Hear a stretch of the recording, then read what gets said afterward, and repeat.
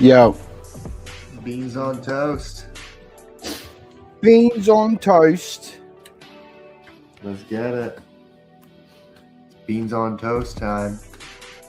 Is that what the British say when they're about to do something crazy?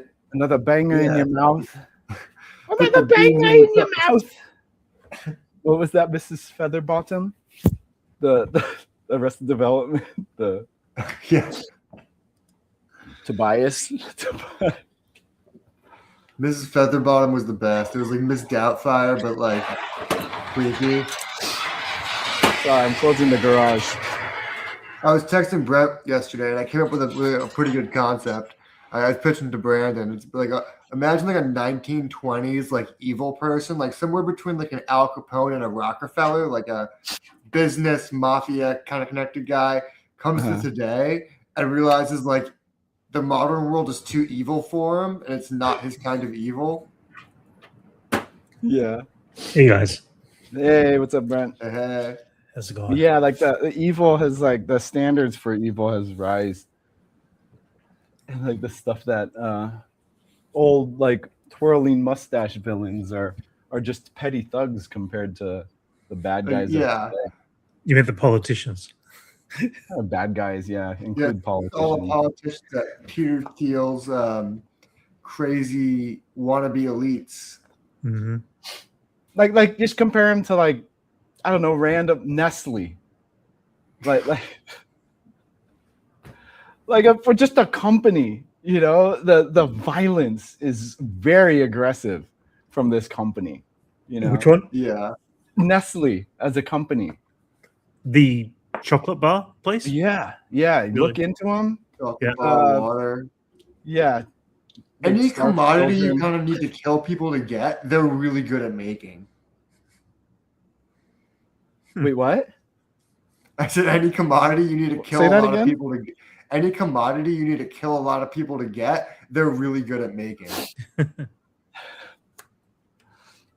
Yeah. Oh, the whole rubber industry, shit was crazy too. It's like it's the most mundane things that we take advantage of, and like there's whole civilizations getting wiped out because of it. It's We're depressing. next with AI data centers. This whole country's about to be just like one giant grid of unthinking robots. Yeah, right. Sucking up all the water. At what end? What is the end game here? What is the end game to these oligarchs? When are they done? You know? When most of the human race is done. Well, I think that was kind of Why is that? What's this motivation to wipe us out? Like, don't they need us to get rich? I I honestly think that isn't that what Peter Thiel's whole thing is? Isn't that why he's doing this whole thing with the 200 plus elite? What were they calling their group? Like Oh, what's it called? I just saw something on that. Who's this? Who's doing this? The D. Peter Thiel, absolute shitbag, awful person. Right. What's that group fucking called? I forgot, dude. I just saw something on it too. It's like a word, right? It's the D the. Is it dialogue? Yeah, something like that. Dominion. Yeah, dialogue. It's dialogue. Dialogue. So Peter Thiel, he's the co-founder of PayPal. I think he's Palantir, I want to say. Palantir. Ruffle. Yeah, It's Palantir. The Torment Nexus. Advocating for the extinction of humanity. Like, he's another, I don't know if we need humans. Like, he keeps saying that. Like, he's a total lizard man. Another evil South African. No, I think he's German. Oh, is he? Something like that. Yeah, I think he's European. Well, I mean, who was in South Africa, right? They're all from Europe. All the white ones, at least. Well, yeah, like a secret group that leaked of like 200 people, and it was like politicians, a couple celebrities. In it? Joseph Gordon-Levitt. Look, you know why Joseph Gordon-Levitt's in it? His wife is on the board of OpenAI. Oh, I thought. Oh. So as soon as I found out about that, I've been shitting on him ever since because it's like, think about it. He has that whole group on his whole thing is like advocating for artists while he's like taking money, destroying it. Millennial, dude. But it's like a group of 200 people, and they call it an open dialogue, and the idea is they're basically advocating for what's next for rich people. They're like, we've hit a peak. People are turning on us. Well, what do we do to become the proletariat and the proletariat, the bourgeoisie, and turn them back into the proletariat? Like I think.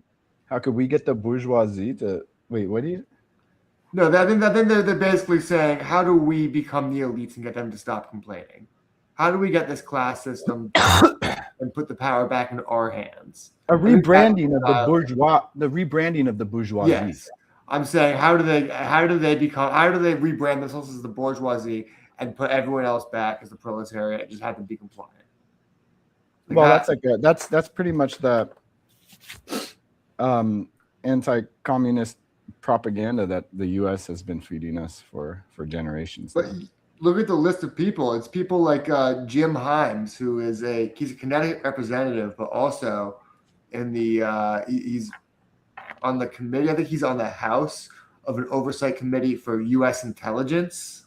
The committee for U.S. intelligence that oversees like CIA and military operations and shit like that. Like, why would Peter Thiel want to have a dialogue with him? Like, it's clear there's like some secret coup going on of like, they just want control in any form. Like, they're ready for Trump to run for a third term and the powerful people to go, no, he could do that now. Like, it seems like they're really gearing up for a shift. I feel like if they want to be successful, you ditch Trump, dude. Like, he's not. I know, but they need like, to there should be out. another person who you could puppet, who like will at least like calm the people. You know, it depends on who has more dirt on who at the time. World War II terms, though. I'll put it in World War II terms. Why did Germany surrender when Hitler died? Because they lost their figurehead. Once you don't have the madman giving you orders and you have to do them yourself, and you're not a crazy lunatic, you're like, well, our options are surrender. Like, we can't legally keep this going and survive. Like, our only other options are dying in a bunker with a gun to our head. So it's like the head of the snake. Yeah, that's why they need Trump. It's like you need that crazy. Yeah, it's like Goebbels, whatever his name is, needed. Yeah, watch them scatter once the head gets they needed. Yeah, they needed Hitler because otherwise, then they're in the bunker with a gun to their head, saying, "Oh, they're gonna get us. They're gonna get me any day now." Because it's not necessarily you need that crazy guy getting orders. It's like a Jim Jones. Like, it's not that necessarily Hitler, but his entourage who was more like, God. So what do we do, man? Yeah, exactly. Once Hitler killed himself in a bunker, what does Joseph Mengele do?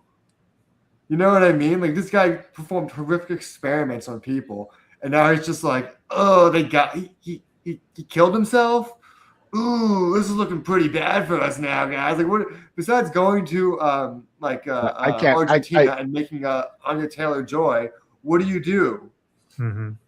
Didn't Peter Thiel move to Argentina recently, too? I think so. Yeah, I think it's where all the Nazis usually go to. Yeah. So they can enroll his kids in school and everything. Like he's have you guys posted seen up. the memes about Anya Taylor Joy being like, someone's like, Just wow, just a product blonde hair, of blue eyes. She doesn't look like Argentinian at all. And everyone's like, yeah. dude. No, well, you obviously don't know Argentinians. They're already kind of the Europe of South America, even before. No, they're just making jokes about Nazis fleeing to Argentina. It's funny, yeah. I've blonde hair, seen blue those eyes, ones. yeah. I've seen those ones.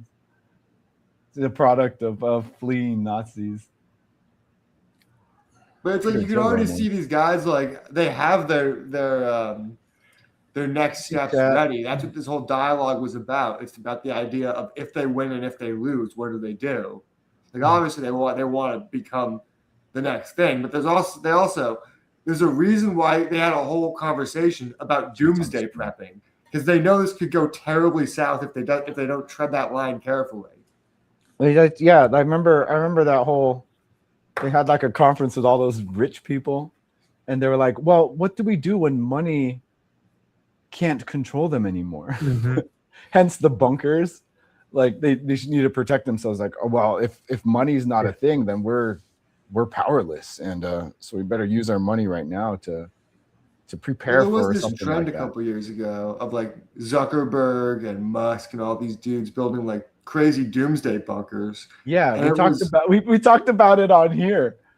This is the real reason why they've been preparing for this for years. It's the idea of like, so Trump could do everything they want, could go all the direction. They could become even richer. We could all become broker and end up all working for them under the 4 companies that they're all going to combine into.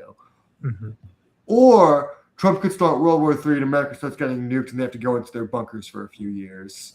Like they know they're treading a fine line, and they're just like, we'll just throw money at it and prepare for it. We'll just have bunkers. That way, when the bombs start coming, at least we'll survive. Well, no one's benefiting from any of this. If anything, like after all of a that, few people are. Those 200+ people in that meeting are. Yeah, but like to be in their bunkers and that's just like a nuclear war.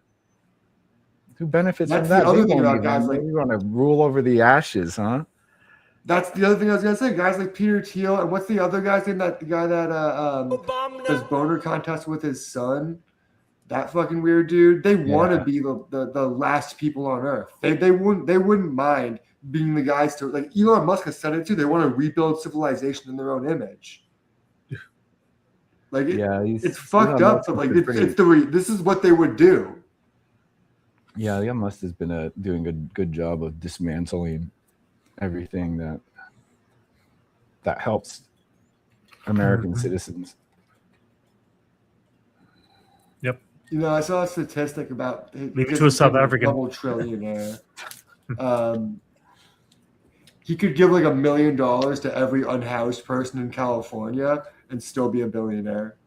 Mm-hmm. A trillionaire now. He's a trillionaire. Yeah, that's what I'm saying. He can give $1 million to every unhoused person in California and still be a billionaire. I think that's the statistic I read. Anchorman, does Jason like Elon? What do you think?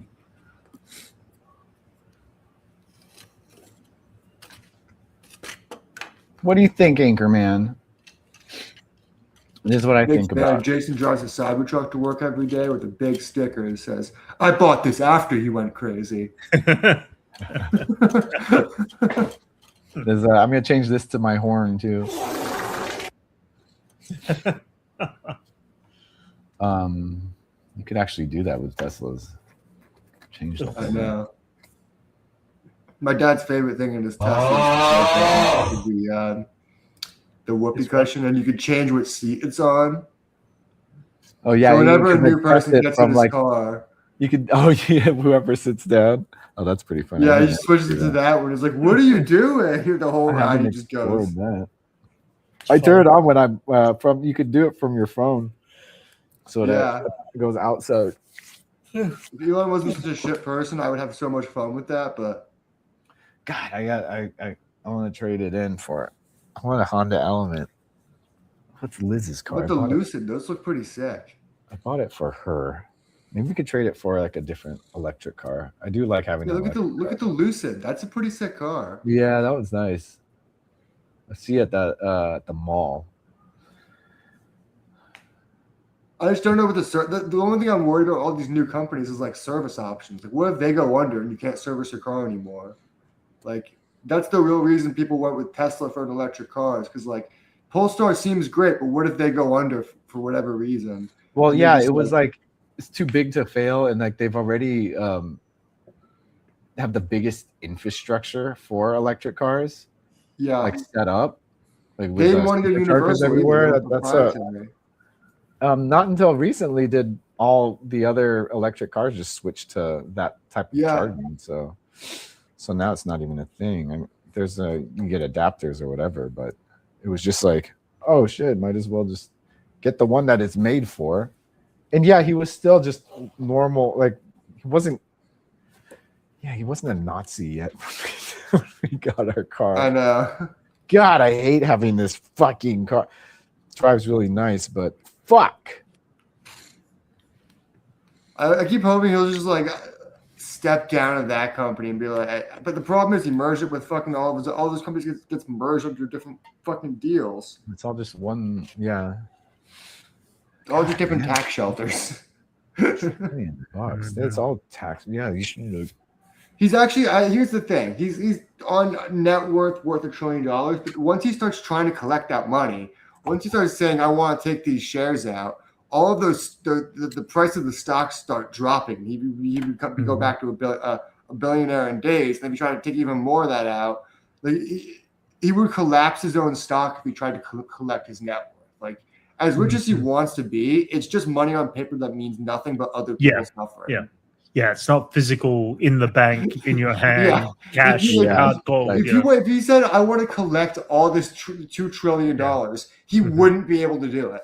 Once he starts going through the process, all the stock prices would start dropping, and it would end up with, I don't know the math on that, but it wouldn't be $2 trillion, anywhere near $2 trillion. No. Yeah, isn't that what happened in the Great Depression? Like people started taking all their money out, and the banks collapsed. Yeah, this is why it's like it's so weird. Like, it's not just America; it's everywhere. But it's so weird that this is our infrastructure. If we were to all collect our money right now, the United States would collapse. If we all decided, if everyone went to a bank and said, "I want my money," they would be like, we can't. Like all of this, like stocks and investments, it's all about like your money just cycling through and like generating more money. You know, it needs to be in the system in order for it to. But you can't, once it starts, you can't collect it all. Well, yeah, like when you rarely ever need all your money in one place unless you're like making one big purchase or something like that, you know? And that's when you get everything together. Even if everyone in the country set up appointments to collect every cent they had out of their bank account, there's not enough money to cover that. There's not enough gold in Fort Knox to make up for all the money that they're making out there. It's fake stuff. I watched GoldenEye. Fort Knox is pretty stacked. Based on GoldenEye, but like I doubt there's gold to compensate for every bill that's out there. You know, it hasn't been for a long time. Probably. Our entire like financial ecosystem is fictional at this point. It's purely digital money, it's digital numbers somewhere. Dude, money that never really touches your hand ever these days. I had this idea for a script where it's like, say there was like a blackout and all the numbers got deleted. Just like all the bank accounts got wiped back to zero. No one knew what anything was worth anymore. Everything just got. That's what we were afraid would happen in Y2K. I know, it was like a Y2K, but just financially. Decimals. It was just like. Well, eventually somebody's gonna find a way to erase and do that and create a virus that will do that. I'd be so pissed I couldn't buy comics because someone just erased everyone's bank accounts. Like, well, maybe eventually the AI system will eventually do it. Well, that's what robbers used to do. There was that robber back in the day. He used to burn deeds to houses just so like, or like he used to burn like the debt papers that people had when he'd rob banks just to clear other people's debt. So he's like, give me the money and your records for all the people who are in debt. Oh, wow. That's such a funny Robin Hood thing to do. Hell yeah, dude. That's what fucking Anonymous should be doing. Like Luigi like Mangione. You'd be like, I didn't see that guy do nothing. Hackers should be finding out how they could just erase everyone's debt. Mm-hmm. That's what I'm saying. Like, imagine a blackout like that happened, and the school's like, we don't know how much anyone owes anymore. We can't collect this anymore. Mm-hmm. Yeah, that's how you know it's like there's still going to be a hard paper somewhere for most part. They're going to still make some sort of a hard copy somewhere. You would imagine. You'd be surprised how some of this stuff just is all digital. Yeah, how over reliant they are on whoever company they're using to process their data. It's not just that. It's like Bitcoin. Like there's no physical trace of your Bitcoin stuff. Yeah. It's just in the cloud somewhere. Mm-hmm. Yeah. You just need your passcode. You just need the right passcode for that account and you got all control. Did you guys see Disclosure Day? No, not yet. It was okay. Loki just asked if any of us seen Loki. Was it He-Man? Brent's seen it twice. Mm-hmm. I enjoyed it. I thought it was fun. Did you watch it, Loki? If you're still in the chat, Brent became the age of Grogu. What if Max said feet? Imagine if Jason became buff Scrappy Doo. Ugh, hate Scrappy. I never got the Scrappy hate because I feel like he was like supposed to be annoying. He was like the annoying little brother. That was kind of his purpose. Yeah, and that's worth hating. It's like you can hate characters. I guess. I always felt like he was characters that was overly hated. Like he felt like a bandwagon hate character. Oh yeah, bandwagon hate. Yeah, I could see that. I could see that being a thing. But I just remember, like, back in the day when I'd watch Scooby-Doo, I didn't like it when there was episodes of Scrappy. Scrappy? It's funny. Really? Because there's this era of, like, I don't know. There's so many different seasons of Scooby-Doo, but there's, like, a good era. It's like my preference for specific episodes of Tom and Jerry. Like any Fred Quimby productions. I'm like, hell yeah, that's my favorite era. But then, like, I wasn't a fan of the Chuck Jones too much, But that Fred Quimby just had that right tone, the tone that I knew of Tom and Jerry is that golden era for me, personally. And I felt that same way with certain Scooby-Doo episodes, and I just didn't like the seasons with Scrappy. That's fair enough. If he was meant to be annoying, then they did a good job. Didn't make me want to watch him though. The classic. Congratulations. It's just the five of them going into the gang haunted, the haunted place, and it was just them. It was always the fun stuff. You saw the trailer for the teaser trailer for the new live action TV show. Scooby-Doo? Oh yeah. I feel like it's like they can't keep trying to do this where it's like they did that in the movie where it's like the origin story of Scooby-Doo and how the gang. Like, no one cares about that. Give them a great mystery that's really fun, really meta. Like I feel like there needs to be something in between Velma and origin story that they could do. When does Velma take place?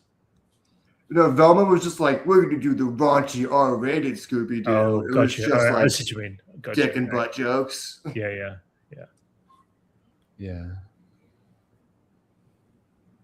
Wait, what? He's a little puppy? Oh, that's weird. Yeah. That's in the trailer. It's actually a real dog, though. It's not actually a CGI dog. Yeah, they're trying to airbud it. You don't like the Velma show, Anchorman? It's too woke for you, huh? No, the Velma show was just bad. It was just like, me and Brandon were like, put on the first episode, and we just tried to watch it with open minds, and it was just bad.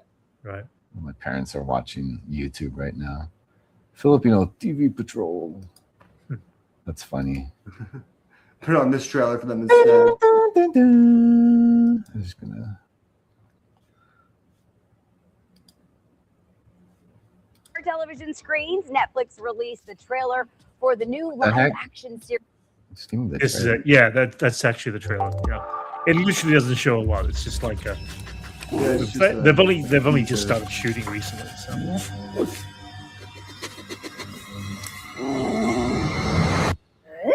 That looks like I Shaggy. think we're just Wait, not the audience for this one either. This one looks very much more geared to kids. What But the? it would be funny for them to do like a Stranger Things like a- style thing with their kids, but it's so much darker. Yeah, Like a screen test. could be. Did you guys see the Spider-Man trailer? I'm deciding watched not to the whole watch it. The thing. movie comes out next month. I'm gonna leave it unless. Oh, you don't want to watch it? I'd rather not. I Should don't want to not have put it on then. too much. Seats are impossible to get. I didn't. They must have dropped what today, I guess. They dropped today, yeah. Yeah, seats are just like completely packed out, even in the small theaters. and You know stuff. what it Dude, is? it'd be a record-breaking movie, dude. Yeah, I think it's they even if she's not playing Jean Grey, I think the idea of people wanting Sadie Sink to play Jean Grey has just boosted the idea of this movie among people. Like it's the one thing I see people talking I'll about. be honest. When you were talking about Sadie I don't Sink, think that was an I thought they accident. were referring to the Avengers Doomsday that she was in. I didn't realize she was in Spider-Man. Yeah, we haven't Oh seen really? it. Maybe I'm just saying. That's maybe how I'm much only I know judging she was towards more in. I X-Men thought shit she was than you. MCU, but I thought she was the MCU in the other stuff, not the Spider-Man stuff. So I guess No, she's whatever. a mysterious figure in these trailers. Yeah. With red hair and Talking she's through yeah, exactly. other yeah. people. That's all right. I don't want to see. I have a theory though about why Punisher's in it though that I was thinking about today, and they didn't show. It's no spoilers because it's not in any trailers. Uh-huh. I think that Punisher's role is she's one of the few people Jean Grey either can't or doesn't want to control. I think she probably goes into his mind and it's too fucked up, and she's like, I don't want to deal with this. I'm leaving you alone. And Spider-Man's like, I can take advantage of this. Dang. Frank That's Castle. my theory. Compared to like just randos in New York, it's like Frank Castle's like, no. Yeah, could you imagine you end up in his mind? You're like, oh yeah, Yeah, never like- mind. Cops and like, just the random person, the any person. It's got to be something in there. Man, Frank's that messed up. She's just like, oh. It's a trauma based. She has to live their trauma. I think it looks good Jason though. having I a think mustache. I had a mustache for a while. Actually, when I started this Twirl it? stream, I was just rocking the mustache. Did you ever twirl it? Was it twirlable? I never did the wax or anything. I just did the freaking Does mustache. anyone get a little angry when you see someone doing that? Just like in like a coffee shop or wherever, they have like a fully like waxed up mustache. It's a little too waxed. I'd be like, bro, we're in fucking Starbucks now. What are you doing? Nah, I get a no, little bit like it's too performative. Like you're waxing the yeah, mustache. it's totally Come on. performative. It's totally performative, but there's worse stuff people do. Yeah, I see that at work sometimes. I always think like we're not at a black tie gala. Like it just seems a little excessive. Relax, Max. Let people express themselves. Shit. I mean, it is after 5 o'clock, and neither of us are wearing tuxedos. I guess we're cavemen. You guys are farmers. Farmers, that's what he Am I a said. Farmer. That's one of the best Jack Donaghy lines. That's a good episode. That's the premiere of Dr. Leo Spichemin, or Spaceman. Spichemin. That was well, it's like you're introduced because Tracy's calling him Dr. Spaceman. Yeah. And then it's like that on his phone, and then he answers it, and it's revealed as pronounced Spichemin. Dr. Spaceman. I'm bugging out. I was thinking That's about kind of That's kind of like a bottle episode. It takes Which one place was in that? real Which time. episode was that? Tina or Liz Lemon gets her blood drawn. She like donates blood, and then she has to wrangle. She spends the whole episode wrangling Tracy because he's off his meds or something like that, and he's about to go on Conan that night. And Jack keeps asking Liz to come up and help him with a speech that he's going to give or something like that. Yeah. And so she's just running back and forth with low blood sugar. So I got confused with the gas leak episode, which was much later. With that's one of the last seasons. The Michael Keaton. Yeah, and Jack sees the other Jack. Oh yeah, but he sees like multiple Jacks. He sees future Jack, past Jack. One of the best jokes is when they put Jack in HD and you see Daniel Baldwin. I thought that was just an old film that he was in. That's what I thought it was. I think it was Daniel Baldwin, right? Am I crazy? I thought it was just a young Alec Baldwin from like they got from a different movie. Maybe after we watch. Are you talking about Billy Baldwin, who played the guy playing him in a thing they were making? Oh, that was different. That was a different one. That one was funny. That was pretty funny. Get another Baldwin to play it. I just rewatched Tires, and that show's like unfairly funny, but it's such an abrasive sitcom that I just like if they pulled it back 10%, they would have. It's Shane Gillis. No, there's a realism to it because like it just reminds me of like the Frat House. Yeah, but did you watch season 2, right? Yeah, I watched it all. You know the relationship he has with that girl where he's like, yeah, man, she's my girlfriend. She's like definitely not his girlfriend. And like he accuses her of cheating on her when she's not dating him. Oh yeah. And I just feel like there was a moment midway through that season, towards the end of the season, when she's like where they actually have good chemistry. And they should have leaned into instead of a will they won't they should have paired them together super quick. And then had them break up later and done the scrubs instead of doing whatever it is the fuck they're trying to do with this, because it's such an abrasive storyline. Like she comes to his job like all cute, and that's when he does coke, and then he's acting all crazy, and then she comes to his job stoned, and he ruins her whole work vibe. And it's just like none of the storylines make either of them look good besides like a few moments that like are really like, oh, they could be cute together. And they completely ruin that. Yeah. That's what makes it kind of realistic, though. Yeah. Because that's what really happens sometimes.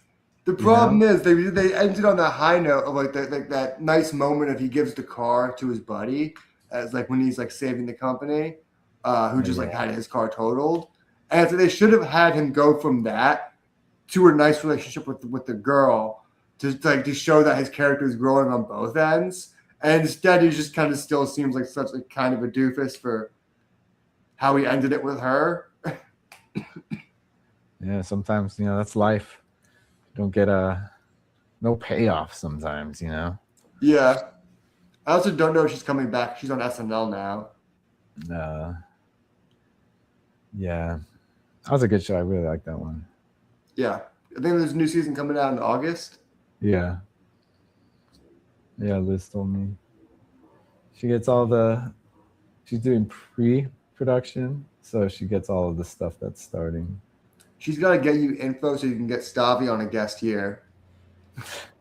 Yeah, we get Stavi, whose career is taking off like big time right now. Sure, I'll get Stavi on here. Stavros Hakias, he's a comedian who's just like, it's so funny. His career's hilariously blown up in just the funniest way because he's just like, he was in Begonia, like Oscar-nominated film. Okay. And now he's going to be in the movie Tony about Anthony Bourdain. That's right. Like he just keeps getting in these awesome like art house movies, but his comedy is just like. It's just I know him as like Come Town and just like a streamer who like who's like friends with Hassan, and so it's just I love his Stavi. podcast where he takes calls like Maury, or not Maury, like almost like he gives like advice. yeah, he gives advice. He gets the craziest calls, like just like But former they totally make it incels and look fucking yeah, that kind of daytime television type. There was I a think he lot needs of like a those in daytime the night. television show. Like I And, think like, he would actually be great at it. He had like Cleo. The cards don't lie. He had Josh Safdie on the podcast. Oh, nice. Dude, Adam Friedland gets like crazy, like people. Wouldn't be surprised if like Obama's on there. He had AOC on there, like yeah. Well, the Cuomos, the news Cuomo. I think it's because it's clear which side he stands on, but it's also like even if you stand on the other side of him and he's going to make you look stupid, I think some of these guys think they're gonna outwit him because his whole like shtick is he makes himself seem pretty stupid, but then he'll just like have one line that'll decimate you. Like he'll just snap into like an actual fact. But I don't think he doesn't know anything. He'll snap into facts. Like it's like a claw machine. The Venus flytrap, dude. Venus flytrap. That's a better analogy. But like, yeah, that's why I call it millennial Jon Stewart. Yeah. I think a lot of these guys will watch like half a clip of him and they go, "Oh, so he's just like a dumb guy who thinks he knows stuff," and they go on his show and he knows way more than they. He does he knows what he's talking about, and he's clear on his stance and his stuff, you know. It's funny because a lot of people go on his show like won't have any actual like clear like be able to explain their political stances, and then he'll go on there and just aggressively defend his stances like in length, make the other guy like question like do I even have a stance? Yeah, who was that one dude he had on? That New York representative who's like super Zionist AIPAC dude. Not Cuomo. No, it was oh god, my god, it's on the tip of my tongue. Just like the name of Ricky Torres. Oh yeah. He was like Adam was like crying. He's talking to him about like how he feels about what Israel is doing and stuff, and the guy's just hard on his stance because he takes money. He's just like. Well, the other thing about that is people would probably go on the show because they assume all Jews would just agree with Israel, not realizing like a huge amount of American Jews specifically are just going to be like, no, it's like, fuck Israel. Like, crazy. It's almost delusional how they could still like believe that no, criticizing Israel is criticizing Jewish people. Like they don't budge from that stance. Yeah, and they refuse to. And how any type of criticism towards Israel is anti-Semitic, and it's just plain old anti-Semitism. It's hard for a lot of Jews to go to synagogue now because every rabbi just pushes like a hard pro-Israel rhetoric. Yeah, that's why that's what's hurting the British communities is Israel. Yeah. I said it. Everyone's saying it. Everyone knows. It's crazy. It shouldn't even be like it shouldn't even be controversial. Is it controversial to say we lost the war with Iran? No, because we did. I know that so much. We just gave Iran like billions of dollars, dude. We just bummed the fuck out billions of dollars. We're paying for it, and now we're just paying them even more money because we're to say sorry. We kill a bunch of their civilians. They close the strait. We killed the fucking Ayatollah. He's been the Ayatollah for like a billion years. We killed two of them. we killed their Ayatollah, and then we killed the guy who replaced him. And now who's left is his angry son. Yeah. Like it's gonna go great for us, right? And we're giving them so much money. And we gave them tons of money. Great for us. Yeah. But what we lost like 16 lives soldiers who'd still be alive today if the war didn't happen. Injured It's so 700. Killed Spend- thousands of. Spent billions of dollars a day or $1 billion a day on top of military. the 500 billion we're gifting them for restitution. Yeah. Like, it's what's so crazy is like that money's also going to come back to haunt us in a bad way. Like, we This is the art. This is Probably with a nuclear weapon. I remember this being an art of the deal. Uh-huh.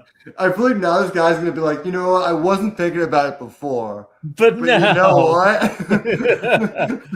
Yeah. Hey, Kim, Yeah. I got an idea. We're gonna get rich, boys. Wow. That's crazy. Just gotta, you just gotta accept the fact that you're gonna bomb some school children. America just loves killing children, dude. Oh man, we're the best at it. Yeah. Dude, even our own. Yeah. That 1-year-old who got shot because the store called and accused the lady of stealing diapers. I feel like to other countries, America's just like the kid in the Call of Duty lobby pointing at the scoreboard saying, "Look at the KD though. Look at the KD though. Ratio's crazy." Yeah, look at the demographic of the kills. Mhm. A lot of children. No, it is funny. Have you seen the videos of a lot of Europeans and just people around the world coming to America for the World Cup? And it's like it'll be like a Japanese guy tries Texas barbecue for the first time. That's the example I was thinking of. I just that's the one that's been going around a lot this week. And it's funny because it's like a bunch of Americans helping up some just like normal Japanese guy, like try this, and just buy him everything. Like, you gotta try everything, man. Debauchery. Mhm. I like the ones of British people like going to a Buc-ee's and they're like, "This is a gas station." I've never been to a Buc-ee's. It's pretty good. Like, the meat there is like honestly top notch. Like, I feel like people say this is a gas station the wrong way because it's like a chain of fast food spots that also sells gas. Because it's like Yeah.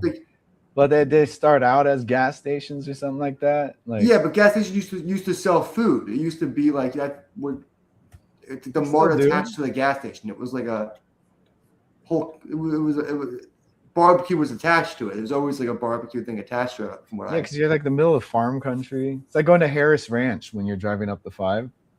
yeah, it was You like stop a whole by. pit It's like stop. Let's go to the truck gas stop. station for lunch. Yeah. Well, yeah, that was the kind of thing. It was because if you say you're in New York, you don't need to stop at a gas station for lunch. There's a deli everywhere around you. There's deli, pizza, whatever. But if you're in like rural Texas or wherever Buc-ee's are, like in those locations, there will need to be centralized figures where you could stop, maybe grab some water, grab some food, They'd serve and as continue back on. a watering hole for you and your car. Yeah. But they got like legit. I stopped at a Buc-ee's somewhere when I was driving on the way out here. And the food's legit. Like I got like a I didn't even know it was like a big thing. We just stopped in there. It was like a big store. Like, oh, let's see what the fuck's in there. We just saw like all the meat, and we got like a brisket sandwich, and we were just like, oh, this is fucking good ass meat. Holy shit! Like surprisingly good food. Man, maybe I have been to a Buc-ee's. Colby, are you in the chat? Have you been to a Buc-ee's? Me and Colby I drove didn't across. know. They're far away from us. It was like I don't even. Well, know. I've driven across the country a couple times. Yeah, but I don't recall ever seeing a Buc-ee's. Interesting. Yeah. I feel like it's like new. Like, did this just No, it's not. is it No. like a new thing? Because people have The, like the noticed. nearest one out here is Colorado. Can't remember. Trump is fascist. Anchorman, what's a fascist? But reportedly, they're set to open one in California. I just saw this. Really? Oh shit! Who'd we trade it in and out for? That's what we keep giving it out to Texas. They could give us a Buc-ee's. Yeah, keep your Whataburger. I don't know what the big deal is. Yeah, I'd rather my sloppy steaks. Sloppy steaks. The Whataburger. Maybe it's just a bad Whataburger. I need to go because it just felt cold. It was just stale None of bun these and like fast cold meat. food burgers that everyone's saying is so good is any good. Like Five Guys, is the only one that's like different because it's not. It will take you 15 minutes to get that burger, so it's not actually fast food. But like, you go to like a fucking In-N-Out, it's not great. It's not a life-changing burger where you're like, oh my god, it's just a cheap Yeah, I fucking agree. burger. Like Carl's Jr. when I was in Connecticut and there was no Carl's Jr.'s out here, we just get like random commercials for it. People would hype it up and you eat it. It's just like a bad burger. Wouldn't it be the Hardee's over there? Yeah, we get Hardee's commercials. But there was none out there in Connecticut. We just get the commercials of just like whoever dancing on the cars or whatever.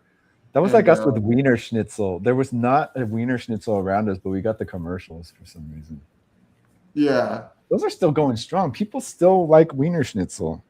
There's two of them right near me. I tried one Never when been I there. was Crazy. like so stoned because they had like corn dogs for $1, and I was like, "Give me 10 of them."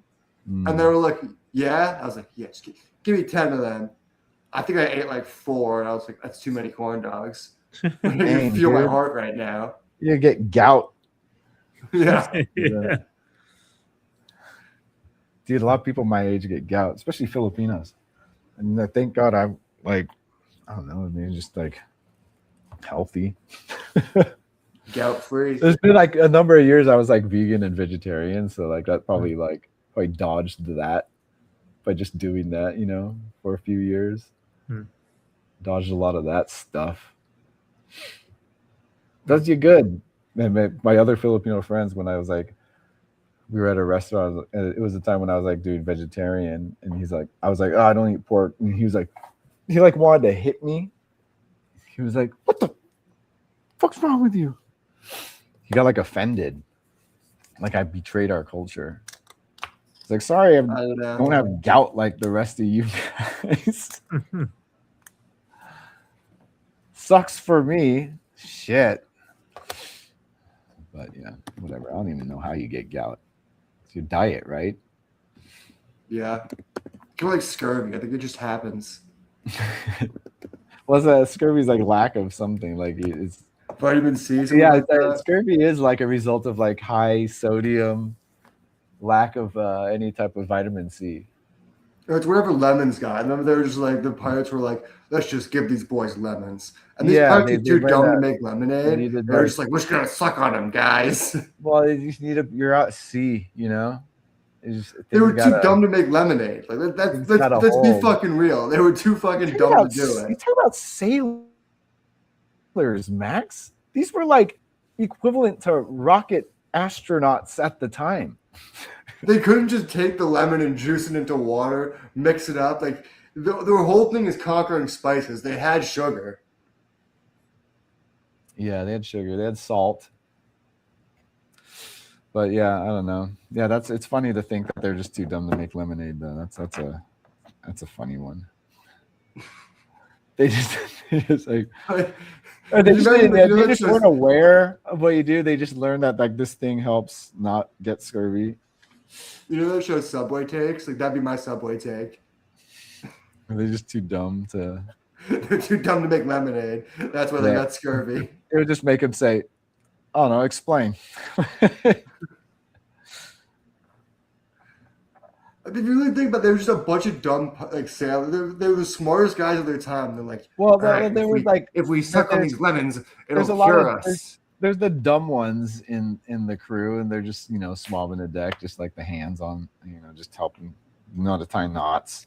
I guess they're dumb in other ways, but smart. And as far as like being on a boat, you got to be can't be too dumb. I think a lot of these guys were getting by on luck. Yeah, luck at that time, dude. Living to age 30. That's all.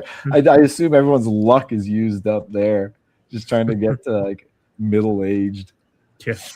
Or middle age at the time was 15. Yeah, you're an old man if you hit 45, right? I keep watching all these old, like not old shows, but shows set in like one I watched was about the assassination of Lincoln, and everyone around him, and they're like 50s, and there's like people in their 60s. I'm like, the people need to be way younger in the background. Like this was not a lot of elderly people in this Yeah, town out and about. It's not accurate. Yeah, they'd be inside or just dead. Like, Yeah. it was a luxury to live that old. It's like It's we see funny, like Civil War reenactments and everyone's obese. I did watch the show about You're the. just like, it's nah, about, no way a soldier at that time was weighing more than their BMI was never that high, dude. Living off of you know those shows that hardtack? Ryan Murphy makes that where he's like he makes like serial killers seem like sympathetic.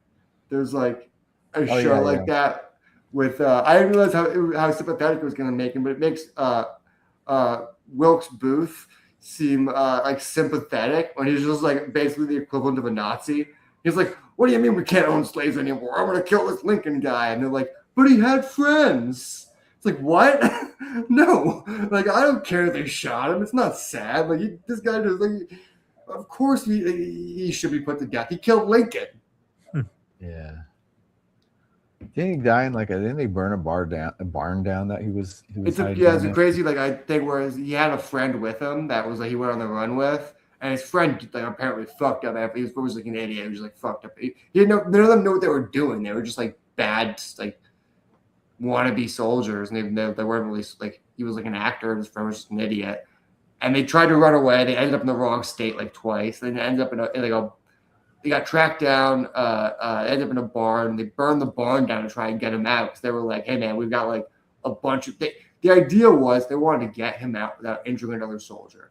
They were like, enough soldiers died in the Civil War. We don't need to get anyone else injured bringing this guy in. That would do our men and Lincoln a disservice. Yeah, so they put the barn on fire and said, "Come out." At first, his friend came out, and then there was I think Goodell fired at them and before giving up. And then as he was giving up, a random soldier just shot him in the back of the head, which I just think is the universe being like, "This is for Lincoln, bitch." Bam, and killed him the same way Lincoln died. Just a cowardly shot in the back of the head. And everyone around him was like, "Oh no, he was supposed to have a trial. And this was supposed to be the thing that changed our country and brought us back together. It's showing that we're still a country of law and order." And instead they shot the one guy in the back of the head. They had to put on everyone, they had to get all the people associated with him and put them on trial and make that the show.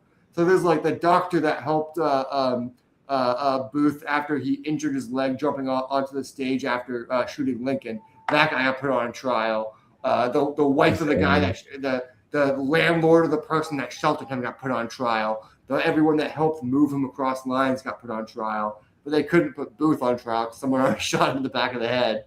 But they killed his best friend. They put him in they hung him. And the show tries to make it seem like it's so sad. I'm like, these guys are Nazis. We shouldn't be sad that they're dying. Wait, did Ryan Murphy? Wait, did he do that? I don't think. I don't know if Ryan Murphy did the show or not. It was called Manhunt. The show was good besides what they did with Booth because they really tried to make him seem sympathetic. It's no. I also watched the show Death by Lightning about Garfield's assassination. No, not Garfield. Was it good? Yeah, Garfield's assassination. Yeah, it wasn't him. Garfield? That had was it Garfield? The cat? No. Yeah, no, James Garfield. Yes. It was about his assassin. They tried to make his assassin seem a little fucking relatable and likable, but he was a guy with just severe mental issues, and it more makes it seem like an analogy for Trump people today. Because this was a guy who to put it in perspective, this guy was he lobbied for Garfield super hard. He switched political parties to join Garfield's side because Garfield was the revolutionary of that time. And then he kept trying to get a position in Garfield's cabinet aggressively. He could just because he gave a speech for Garfield. He's like, no, I did that for him one time, and he when do I get my nut, bro? Yeah, he really thought he also had severe mental illness. He really had this parasocial relationship with him that's completely unheard of at that time. Where he was narcissistic with parasocial relationships back then. And the craziest thing is, this guy did secure a meeting with Garfield, and but nothing came of it because he didn't have anything. He's just a crazy guy rambling, so he couldn't get like. Oh, so you Garfield's like, actually got to hang out with him, but then like but he became friends with Chester A. Garfield, not Garfield, Chester A. Arthur, because Chester A. Arthur was like such a notorious drunk. This guy would just like sneak into parties and just get him drunk and shit. And he'd be like, "I know you. You're the guy." Like you just basically you're the funny part is though, the first time Garfield and Chester A. met him, he punched him in the face because he was trying to get too close to Garfield. And then later he became a drinking buddy of his, which is how he got the meeting with Garfield. Sure. And then he just after he doesn't get a meeting, he completely loses it. After he doesn't get a job in his cabinet, he completely loses it and like it becomes like a goes fully mentally ill and assassinates him. I think in a church. oh shit. And they tried to make him seem like relatable. It's like no, this guy's fully crazy. It was like yeah, sounds like the Joker, you know, A little bit. like Joaquin Phoenix Joker. But they had Nick Offerman playing Chester A. Arthur, and he's like the most Chester A. Arthur person to ever exist. Like, not just like in like physical form, just like character wise, because he's just like, imagine like a Ron Swanson type who was way more politically involved and only cared about drinking and sausages. It's like he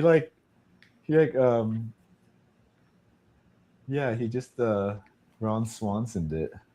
I've always like low-key, even though I didn't agree with all of his policies, I wasn't alive. But I respected Chester A. Arthur because he was the vice president to Garfield.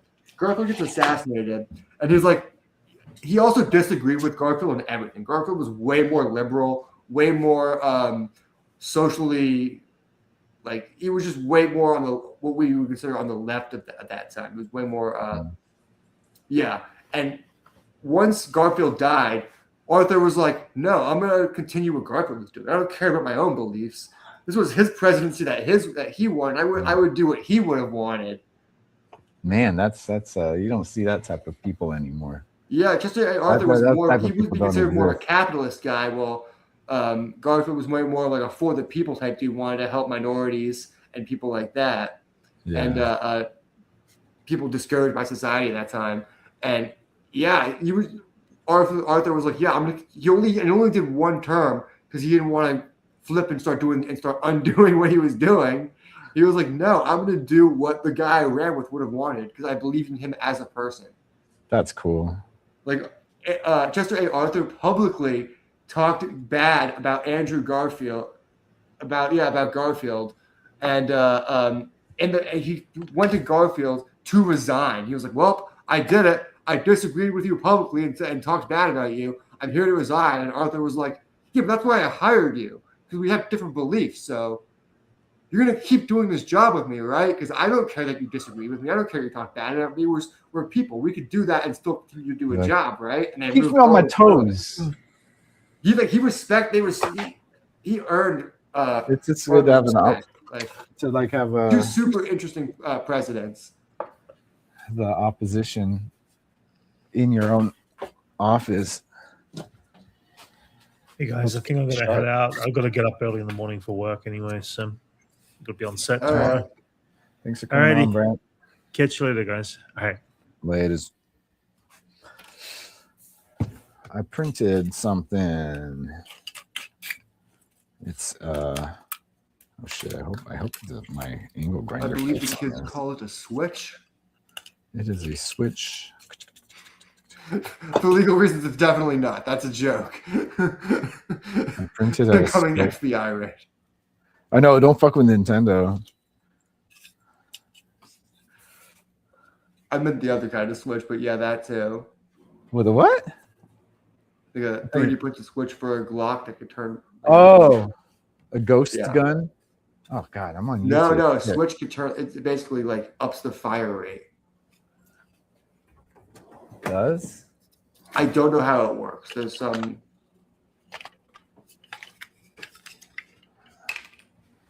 I'm gonna have to turn. I made it for this.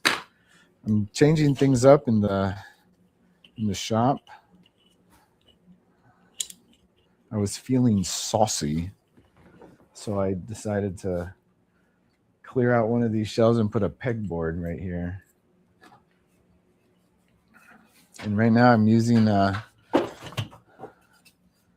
IKEA's Scadis collection. You know, I just used for this successfully for the first time is you know those the hanger things by sticky wall hangers by who makes those? Fucking Uki. no. The was it command strips? Yeah, the command strips. I've never been able to successfully, because you know you're supposed to stick the painting or the art on the wall, whatever it is, the frame on the wall, and then you peel it back, and the ones are supposed to stay on the wall. Uh-huh. I've never gotten them to successfully stay on the wall until now. Oh shit. I finally got the method. You got it down, huh? You should, okay, so they really have to be like not stuck together at all. They really have to be so loosely connected. You get the what? So the way it works is like, so you have like two of them, right? And you sandwich Yeah, them I know how together with command the Velcro. strips. I know how command strips work, dude. But no, So- I feel like so the way you get just to like the back one to stick to the wall is you really have to have it loosely stuck together with the Velcro. Yeah. It's like having them just a little too tight and they'd always pop off with it. Oh, so like you wait. So what? How would you do it? What? Say that again. I finally got the back ones to stick to the wall fully.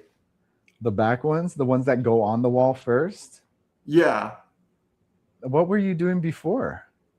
Before they just weren't. The Velcro was too tight and they'd come off with it. So we have to mark it on the wall with a pencil and then put them on like individually. Oh, so you'd press them together before you put them on, and then like. That's what you're supposed to do. You're supposed to press them together. Yeah, and then you you like put it to stick the them wall. both on. But like, how are And then you? Well, wait, no, okay, this is the actual what it has to do in the packaging. You put it on the wall, and then you take it off, and the back ones are supposed to stick to it. And you leave it to set for an hour, and then you just put the painting back, and you just click it in by the Velcro. Yeah. Oh, so you put it on and then you peel it off. And then the back ones stay. That's what you're Yeah. supposed to do. Oh, so you've been like just yanking them off, and then they come off too. The back ones stay too, yeah. Oh, so like they come off of the paint, the frame that. No, they come off of the wall. Okay, they That come was off the the wall. problem. What did you do differently today? I cut them less stuck together. You just like kind of lightly, Yeah, loosen the Put 'em on. Velcro. yeah, just enough to get them to stick to the wall and then peel off. God, this Yeah. is tricky. How does this? Though I did hang one so crookedly, I was going to send it to the group chat to have you guys roast me, but it's too crooked for that.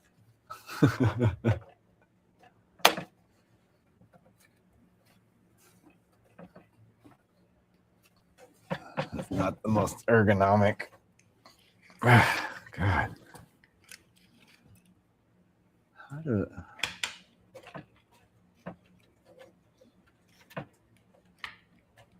I bet that you got water. No, that's fine.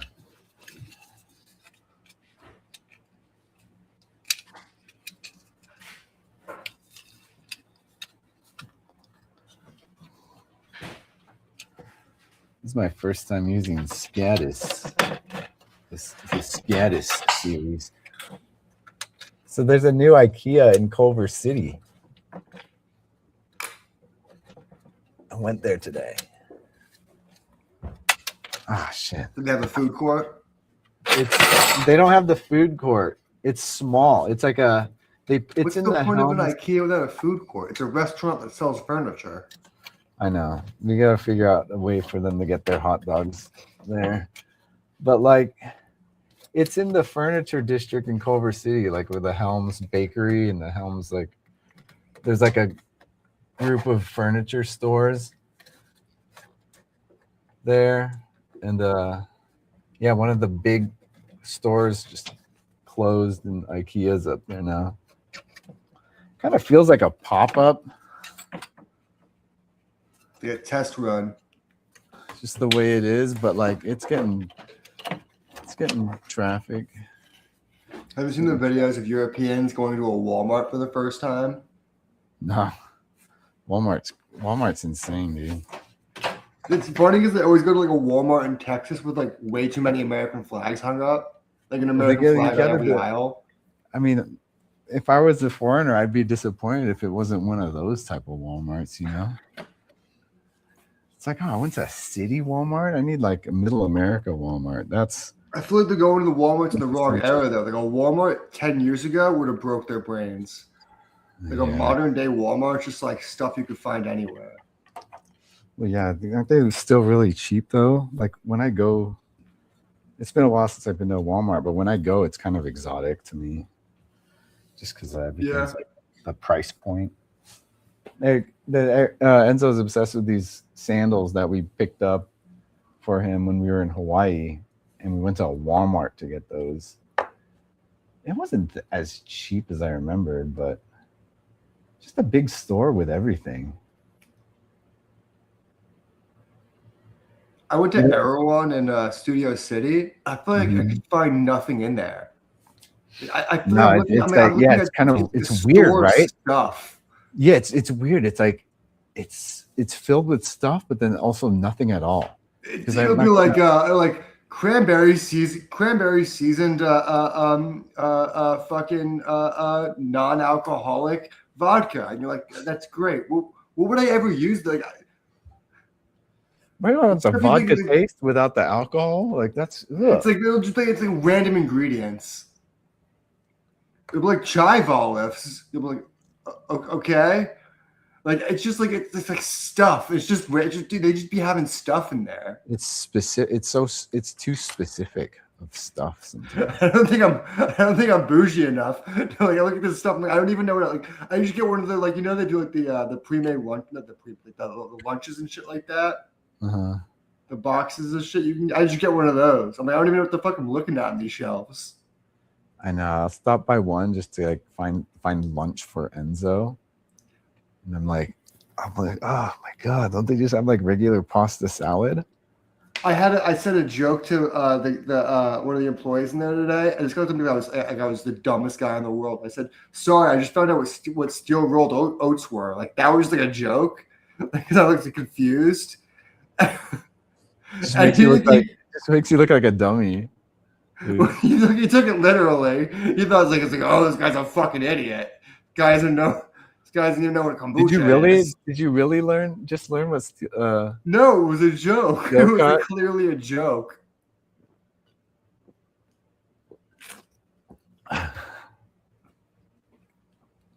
Steel he took it literally. Man, you know what's funny? You know what I do at Erewhon, which is so fucked up? I feel like every time at Erewhon, I feel like everyone's judging. Like, the employees there are judging me. I feel like they think I'm like some broke guy experiment. I'm like, I can afford this. It's not that expensive. I can afford this if I fucking want to. So I buy like a candy bar at the checkout or some bullshit there just to be like, I can afford this shit. I can get a little extra if I fucking want to. So always looking at the one guy. You're thinking too much, man. I'm the one guy who never like, do you need any help? Well, you're wearing all black. Some people probably think you work there. I think so. I think someone thought I was homeless one time because I went in there with sweatpants. They dirty ass sweatpants? No, it's this brand Comfort. They're just like black sweatpants, but they've got like all these pockets on it. So they're just like they are great for going out because you can put like it's the only sweatpants that has like back pockets. So you put your phone in like a back pocket and shit like that. Like they're made for like airports and traveling. They're just like comfy ass sweatpants. I think that's one of the things that shocked like a lot of Europeans when they came here was how many people wear their pajamas outside. That's like an actual trend that's going on. It's like there was like a viral thing of like fucking who's the actress from Harry Potter? Fucking Emma Emma Watson. Watson. She was like, No, I think it's was always out been and, like, always been a well, it's thing, always been a dude. thing. We've always been more casual about this, but there was like a viral thing where she went out in like, Italy for breakfast, just straight up wearing pajamas, and they were shocked. They couldn't believe it. It's like she's on vacation. She's probably having the time of her fucking life. Like I don't know why this is a discussion. People are like, "Oh my god, Going can you out in believe she did pajamas, that?" have some class, lady. No, she Yeah. went. I saw the picture because it was just in the Facebook article I scrolled by, and it was just like straight pajamas, but like in a full restaurant. I'm like, you know what? If I was on vacation and I had that kind of money, I'd be doing that shit too. Like she's missing the little nightcap and like the candle. It was those kind of pajamas. It was like striped pajamas. Yeah, that's funny. I've been seeing like I go up to my brother lives in Sacramento, and so we go up for the holidays. And yeah, we'll be at like a restaurant and a whole family comes in flannel pajamas.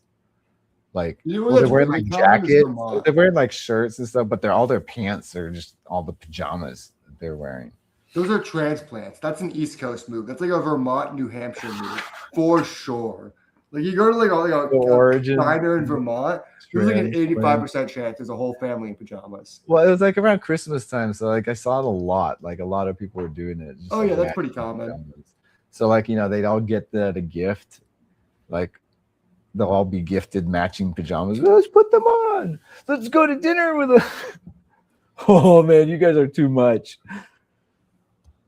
The one thing I miss, I used to go to Vermont all the time. The one thing I really miss about it is like when I was underage, the best way to find beer was to find like a townie and like the thickest boots and the thinnest pajamas. Like outside of CVS or some shit, like some person just like outside hanging out, like loitering.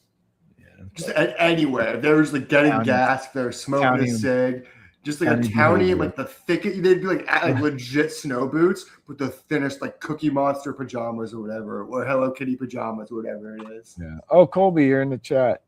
Did we ever stop by a Buc-ee's when we went across the country? I can't remember. You would know. The bear would get you.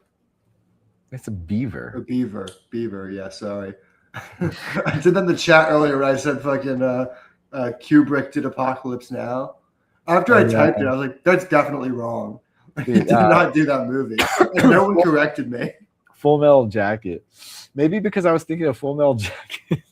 I did too. I was thinking about that Kubrick and then War Movie, Ohio Racist.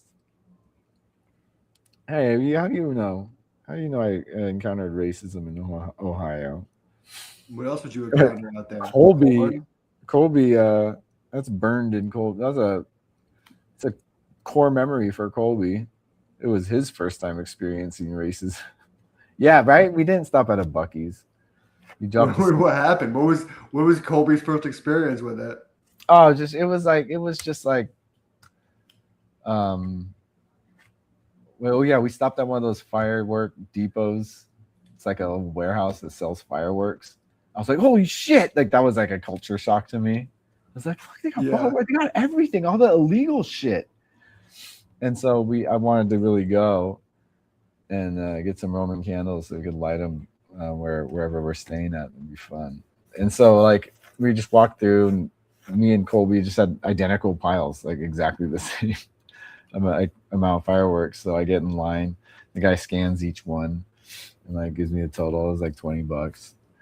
And then like Colby's turn at the checkout, and I'm standing there with my bag, and Colby and the guy just like looks at Colby's pile and like, yeah, just give me $10. I had the reverse of that happen to me at like a Chinese spot I used to go to in college all the time, where I get the same thing every time. I just get like an order of orange chicken and a medium rice, and it was always the same price. It was like, I don't know, $15, whatever it was for both of them. And then I went to go pick it up, and some guy, like a Chinese guy in front of me, like ordered the same thing, and they were like, "Yeah, $4." I'm like, "What?" Chinese discount. My brain, I was like, "What the? Like, you give me like a $9 discount?" maybe he was family. Maybe he was like legit, like just like a. Maybe like I think if it was family, I don't think he'd be ordering at the register like that. I don't know. See, in my mind, I was like, Dude, damn, weird. bro. It'd be weird to charge your family, even just like a discount, you know. You should be fed. Well, maybe they charge That is them it. like just the cost of ingredients. got or whatever it is, but like, Get the Chinese discount. yeah. Yeah. My friend pulled Reverse up racism. because we were in Chinese class together, and he'd always pull that move at Chinese restaurants, and they would give you a discount if you spoke Chinese. If you were an American kid, if you're just a white kid that spoke Chinese, they would give you some free soup or whatever. Oh, that's cool. Like Yeah, past you're like a right. ni hao. If you get There's past like like a ni hao ma, if you give like a full sentence, like you ordered in Chinese, they would give you some free shit. even like just participating in like one's culture when someone like makes the effort to like embrace.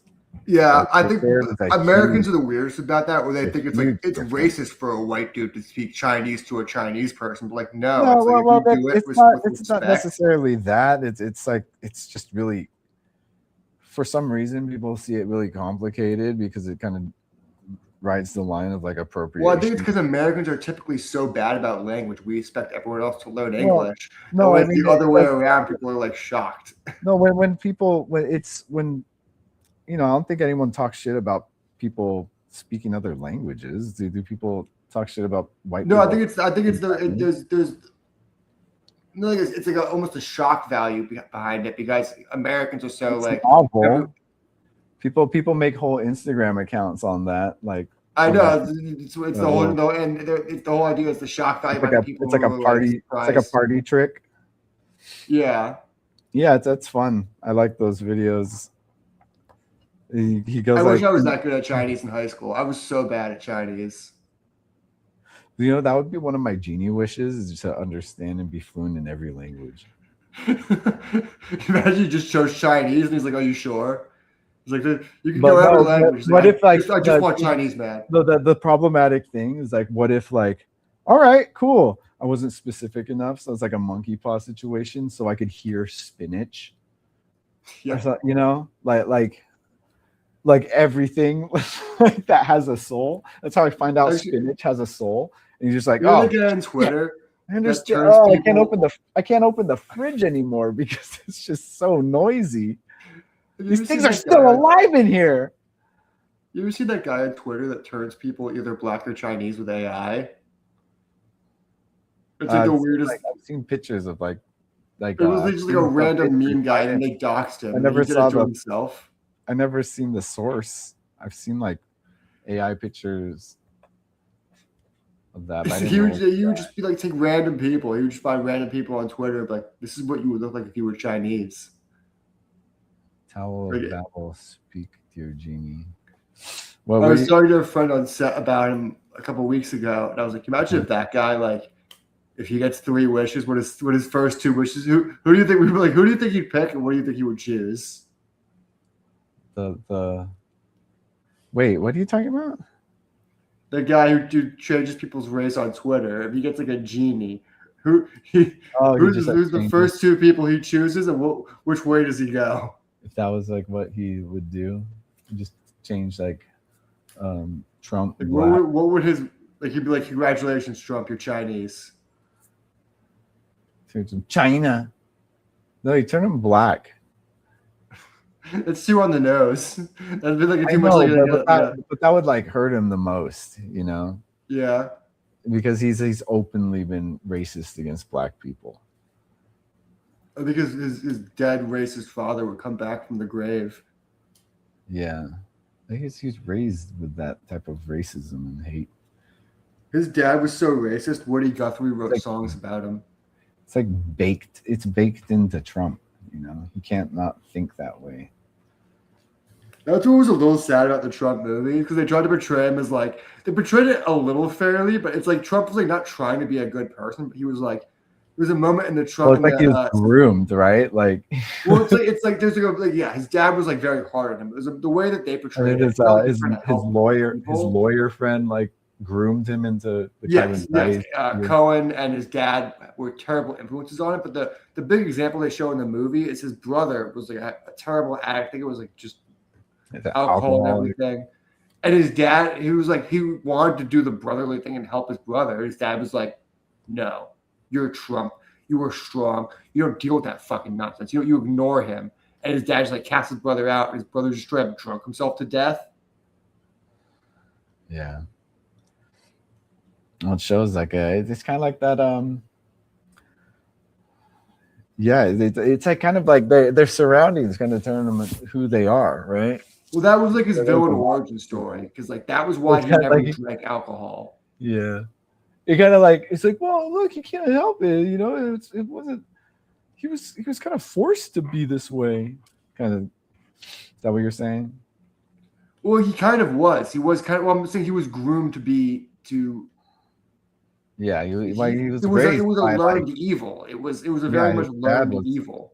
Yeah, his dad was. He was just raised in that stuff, you know. That's why he's so his disconnected. dad raised him to be cruel, and Cohen taught him to be ruthless. Yeah. Never admit you're wrong, even if you are wrong. Yeah. Cohen taught me those kinds of. Yeah. If you ever catch, and yeah, he lives by it. He's never admitted he was wrong about anything, and he kind of just he just like kind of changed the whole like way that we fact check and like take. He's the reason why Twitter had to add a fact check. Change the whole threshold of what we allow leaders and important people to say, you know? Yeah, you saw that guy out in, I think, Colorado, who was just saying blatantly false things, and the reporter was like fact checking him on it. Like he said, like 90% of sheriffs support me on this issue, and she was I called every sheriff in the county, and not one of them agreed with you. Not one of them supported you. And he's like, well, like 2 of them didn't answer you, right? You get these guys on trial like that, or like just in the, in a hearing or whatever, and they're kind of just like, just weaseling their way and skipping around questions. That's all they do. Yeah. There's like, yeah, they do everything but answer and address the thing you're trying to address. That's why I think, these guys should have to run the clock out. No, there should be an actual written test in public where they have to write their platforms and then recite them. Yeah. You can't get talking point. You can't get no pre-planned questions and talking points. It's a written test. You go up there, you say your talking points, you write your talking points, and you have to explain it in your own words. And you can practice for that however you like. Yeah. But if you can't get up on a stage and then recite your talking points in a way that the American people will either agree with or disagree with, then you can't be a politician. You know what I mean? No more. There was that video going around of that ad-libbing up there. That's what I'm saying. You can't just go up there and say like the Jews have space lasers or whatever. Right? You should have to like give legit. That's the only like that's a yeah. I remember like politicians used to it's like no room for that type of behavior. No, they used to not made that allowed. It's been allowed this last decade now, and it's just a. Did you see that video of that right-wing grifter? I can't remember her name. She was like a right-wing, outspoken person, and she was on her filming her first episode of her podcast, and she had to get her firmly held beliefs told to her, like which talking points to hit, and it's like basic MAGA stuff that they're feeding her. It's all like they're just they all have their own. They all have their own. They all have like already scripted comebacks for a lot of like stuff that libs say, and it's all pretty like circular logic, Yeah. But it's all pretty like it's all written, and like they refer to that. All of these arguments you see from MAGA people, it's all the same because like someone out there is like, all right, these are the talking points because. Everyone who believes in MAGA is too dumb to actually really debate in the marketplace of ideas. They got their ways, and they're kind of a lot of the stuff they say is just already pre-written, and you could like reference. Besides that, they're just hiding behind religion, And I feel like what makes me so mad about that is they kind of have this idea, or they're shifting America to be like, no, we've always been a Christian country, and it's like, no, we haven't. That's like been the establishing thing that we made this country for. And then they bring up something fake that proves that they're true. And then how do you argue against that? It's like, no, that's fake. Every time they talk about religion in like when they're talking about, and they're in like Congress or Senate or whatever, I think they should immediately just sit back down.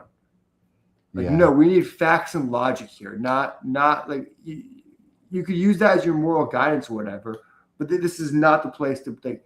This country was not founded on using that book for policy. That's what's been so good about the Church of Satan is one of its main MOs is calling out how crazy it is to separate. Oh yeah, that's the entire point of the Church of Satan. So it's like, all right, so if you're going to open up those doors, it also opens it up for us too. So does freedom of religion, and everything that you benefit from, we also benefit from because we are also a church.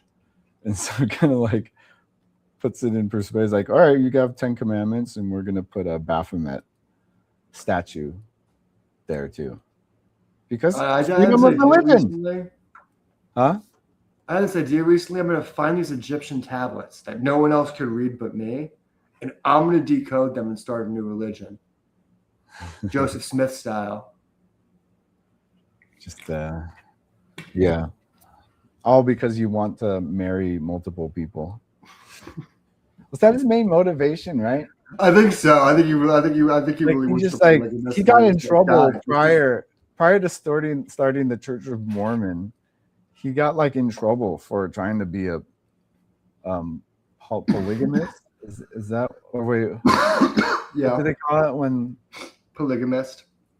Yeah, he got in trouble for polygamy or whatever. And he's like, no, I think a lot of those guys start my own church control thing where I can marry as many people as I want. It's funny that it's like they got by for so long in this country because Scientology was just so much weirder than them that they were left like unchecked, and then the fucking bricks and minifigures shit happened, and people were like, "Hey, you guys ain't looking so good right now." Yeah, you at least had like we're known for being friendly, but this isn't that. Like you guys are, this is bad. Once Mormon Mafia gets exposed. Protect each other. Well, what are the updates on that? Like what's his name? The YouTuber can't even. He's Reckless like Ben is a lawyer, so he not really any major. Well, he can't. He's not allowed to even mention their name right now. I mean, he probably can't. It's probably his lawyer is like, "Hey, man, you shouldn't do that if you want to win this lawsuit." You got everything you say right now could be used. So we gotta. God, it's crazy, man. I saw like it's funny that people want like Lego to say like to like take a firm stance on this, but like they do. People were like writing Lego like they're being complicit with their silence. Nothing to do with them. This is totally out of their hands. Like they're just like, fuck, this is like this sucks. Like, this happened. Lego's like, we're just finding out who these people are. We're just finding out. Lego obviously knows who Bricks and Many Things are. They're a huge operation. No, I know. I'm joking. It's like they're not really related to them. They're like, I'm sure they're like they give them. They shouldn't have anything to do with them. Fucking Lego doesn't. Like it would be in their best interest to have nothing to do with any of the other third-party stuff. You know, there's all these controversies with stores holding and reselling Absolute Batman and stuff like that. Like people blame DC for that. Yeah, no, that's they're just stupid people. God, that's fucking stupid people. All being able to voice their opinions, and we got to see it. Oh, it's the worst. This is so different right now, man. I saw the funniest Karen argument today. I was like, I wasn't involved with it, but I almost wanted to I sat in my car for an extra second and rolled my windows down just to listen to it because it was fucking hilarious. So. What's the setting? So it was two of the dumbest people I think I've ever seen in my life. So I saw the first thing happen when I was going into the store, and then I didn't see half the argument. But this woman's driving into a parking lot. And it's like a small parking lot in NoHo, and there's like a few like a Boba Time, a Jersey Mike's there. Store. Wabba Grill. It's like it's a parking lot. It's like with a few stores. Or I think what are those? Store Not would you go strip to? mall, but like one of those complexes. What store were I'm you going to in? Jersey Mike's. Oh, But Jersey. Nice. yes, I got my Mike. I got my sandwich blessed the Mike style. Mike guided my sandwich through the process. But this woman's driving into the complex and she's going into the parking, and she fucking straight up goes. There's like the ledge like after like there's the parking stop thing. There's the concrete the pylon thing. Then like the sidewalk. And then at the end of the sidewalk, at the edge of the sidewalk, a foot out, there's a trash can. She fully parks, goes over the fucking park thing, over the sidewalk, just smashes the trash can. Gets out of just gets out of the trash can, gets out and looks at it. And I'm like, damn, this bitch like don't know how to park. And another lady comes running out of the boba time, like, you could have killed someone. I'm like, well, I'm just going 3 miles an hour. I don't think killed someone. So it's the right thing. They just start screaming at each other. She's like, no, this is how I always park. It was basically how the lady was defending it. She's like I make sure I park so other people can get enough room. And he's like, you're up against the trash can. You fully hit this trash can, pinned this trash can to like the pillar. Like she did fully hit this trash can. Not that it was like near anyone. In defense of the lady freaking out, like that does happen. People just go straight into stores. There's that old lady who hit that Ranch 99 in West. She would have to go through a whole pole. Like I get. No, I mean, like if luckily that pillar was there, but like if she were to accidentally do that in a clearer like spot that didn't have any obstructions, probably would have just gone straight into a store. I did not think about that. That's very true. But like that happens. It happens a lot, and so that it's warranted crash out from that lady, because I mean maybe she knows someone who got hurt in one of those things, or there was a old lady who like drove into the store in the Ranch 99? The Ranch 99, killed like I saw that 2-3 people or something. Not like in person, but like yeah. We were just there. We like hang out in that little cafe. Ranch 99 to another place I've been into one time. Everyone acted like I was lost. God, Max, do you belong anywhere? Jeez. What is it? Are you? Is it? I don't know where I belong. I feel like I just. Do you ever just walk around and then just exist without like feeling everyone's judgment? Just like let me get some exotic candies, and fucking they were like, you got to go to the one in Let me show you where anything is. You got to go to the one in Westwood, because there's a lot of like, other people. It's not just what's that one? Like I think it's in Sherman Oaks. I want to say there's one in Sherman Oaks. Is it Sherman Oaks? Like Sherman Oaks or Van Nuys, maybe? It might be Van Nuys. I think it's in Van Nuys. Now I'm thinking about it. Oh, my brother's calling me. Hold on, Van Nuys. I'm gonna take this phone call real quick.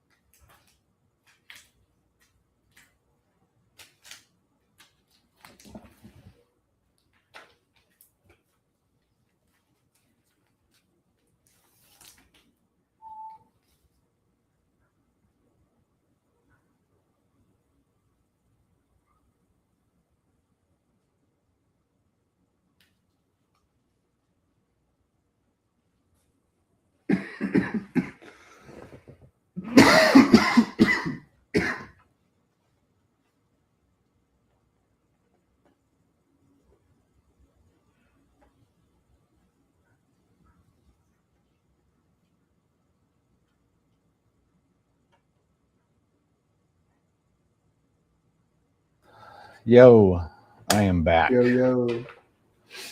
Disclosure kind of sucked, Colby said. Did you see it yet, Max? Did Brent see it? Yeah, he liked it. He said it was okay. Man, I was really scared of the movie, and I saw the reviews were awful, and I saw just like people just be like, "Yeah, it's just not even worth seeing." I just didn't want that to be how I remembered scary movies, so I just didn't see it. a scary movie. Oh God, yeah, that sucks. That's It's kind of what I expected. I mean, it's not like those writers are in their prime right now. It's like they're like it's not like they were making hits for the last few years and like we're gonna finally make the biggest movie ever. It's like I don't know if people also expect that from like legacy movies, like these guys who haven't made hits in years and like notably like I don't want to say notably fell off, but notably haven't had a hit in years. They're back and they're doing it again. It's like they think this is gonna be the thing that just brings everything back to the classic days. I don't think that. See, when you look at like what Force Awakens did, they pretty much just like it's the old stuff again, but it's like shinier, and I saw someone I can't remember who it was, a comic writer. It was like J.J. Abrams should be in jail for that movie. He had one job, bring the band back together, and instead he did the opposite. Yeah, he did the opposite. Not that I think he should be in jail for that movie. I mean, it wasn't a great movie, but like he literally did have one job, and it was just like I'm gonna do the unexpected, and I'm gonna like he tried to like remake a Star Wars instead of like you just found like did like a kind of found all the stuff that people liked about the originals and kind of just made a collage of that stuff. Yeah. And sprinkled in some new stuff, but like, hitting all those beats. I think he should have leaned into how bad his script was at the end. Instead of Luke, it turns out it's Jar Jar. It's like Jar Jar waiting on the edge. It's Jar Jar. Just the last line is, Misa waited for you. That's kind of weird to end the Star Wars like that. Like, it's such a bad ending. It's like, it's the kind of thing where at the time we were all pretending to be hyped about it. Yeah, well, it was like, oh, look at this moment. It's the symbolism. But like, they also told you he was in the movie beforehand. Huh? They told us they heavily advertised Mark Hamill being in this movie. Yeah. I know, but we need more than that, But I think that was like a big deal at the time because like we've been so like Star Wars deprived when The Force Awakens came out. And I just remember so much hype. The same type of hype that was like kind of similar to like Phantom Menace when it came out. Like the hype was so huge. Everyone loved it. Everyone you talked to was so stoked about it. And then like, after the dust settles, all the critiques start happening. When people are sitting with it. And then they're just like, wait a second, this is weird. Say what you want about that trilogy, but Lucas was right about trade routes. What about what? Trade routes. Trade routes. I know. Yeah, I think he just like kind of leaned into politics a lot. Everything's just like doubled of what it was before, I did like the leaning into the politics though. I thought that was the most interesting thing about it to me. Was the idea it was good to have like politicians and they're not. Yeah, good political motivations because like especially if you're going into a world that's already kind of established and pre-empire, where people were still like where politics were still happening. Well, here's my defense of it. It's like people go, "Oh, the politics were the most boring part about those movies," and then I think about like. Isn't fucking Obi-Wan investigating the clones one of the most interesting parts about that second movie? Like it puts him in the role of a detective while he investigates a political conspiracy. It's kind of like, yeah, but was he really a detective? He was just like, they go over here to Camino, and they're like, oh, we're to find out where Camino was. You go through the steps of like Quinlan Voss finding out. murdered. Quinlan Voss's order is ready. He's like, oh, he's dead. Like, good yes, detective. it did speed run it because it was like an investigation basically Yeah. in a kid in the disguise of a kids movie. But the idea of it's pretty brilliant. Of like this Jedi It's just how, accidentally like how he leads- discovered. I think that was like seeing that. I was just more invested. It's like, holy shit, what is this? I was just waiting to see Boba Fett. Like Yeah. that's like, I was like I'm like distracted all the time when I'm watching these Star Wars movies because like some of their main advertising points are like, oh, Boba Fett's in this. Oh, this is going to be Darth Well, that's Vader. what he does. He jingles the keys over you, and that political, all the everything else is like by Well, the that's wayside. That's just like, but that was like very specific to prequels. It wasn't all. Yeah. It wasn't always like that, but that was like a prequel thing. Even Well, like yes, that's what I mean. That's what even Star like Wars does nowadays. sitcom episodes where they have a flashback episode is like they fall into that kind of, oh, a good thing I still have my hair. It's like, oh, they're bald in the present time.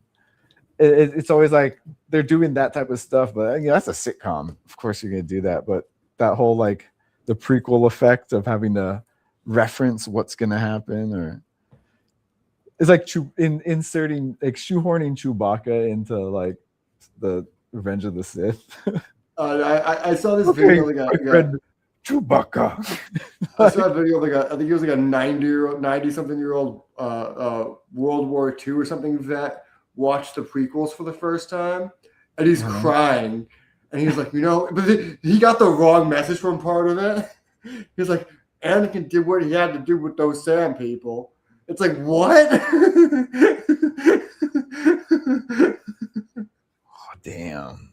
It's like, oh yeah, sometimes you got to do a genocide.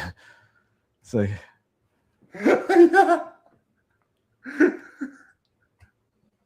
World War II. He's like, vet? it broke him as a person and changed who he is fundamentally, but he did what he had to do. Like, he did not do what he had to do. If he's like unaware of like what's leading to, that's who's this dumb boy.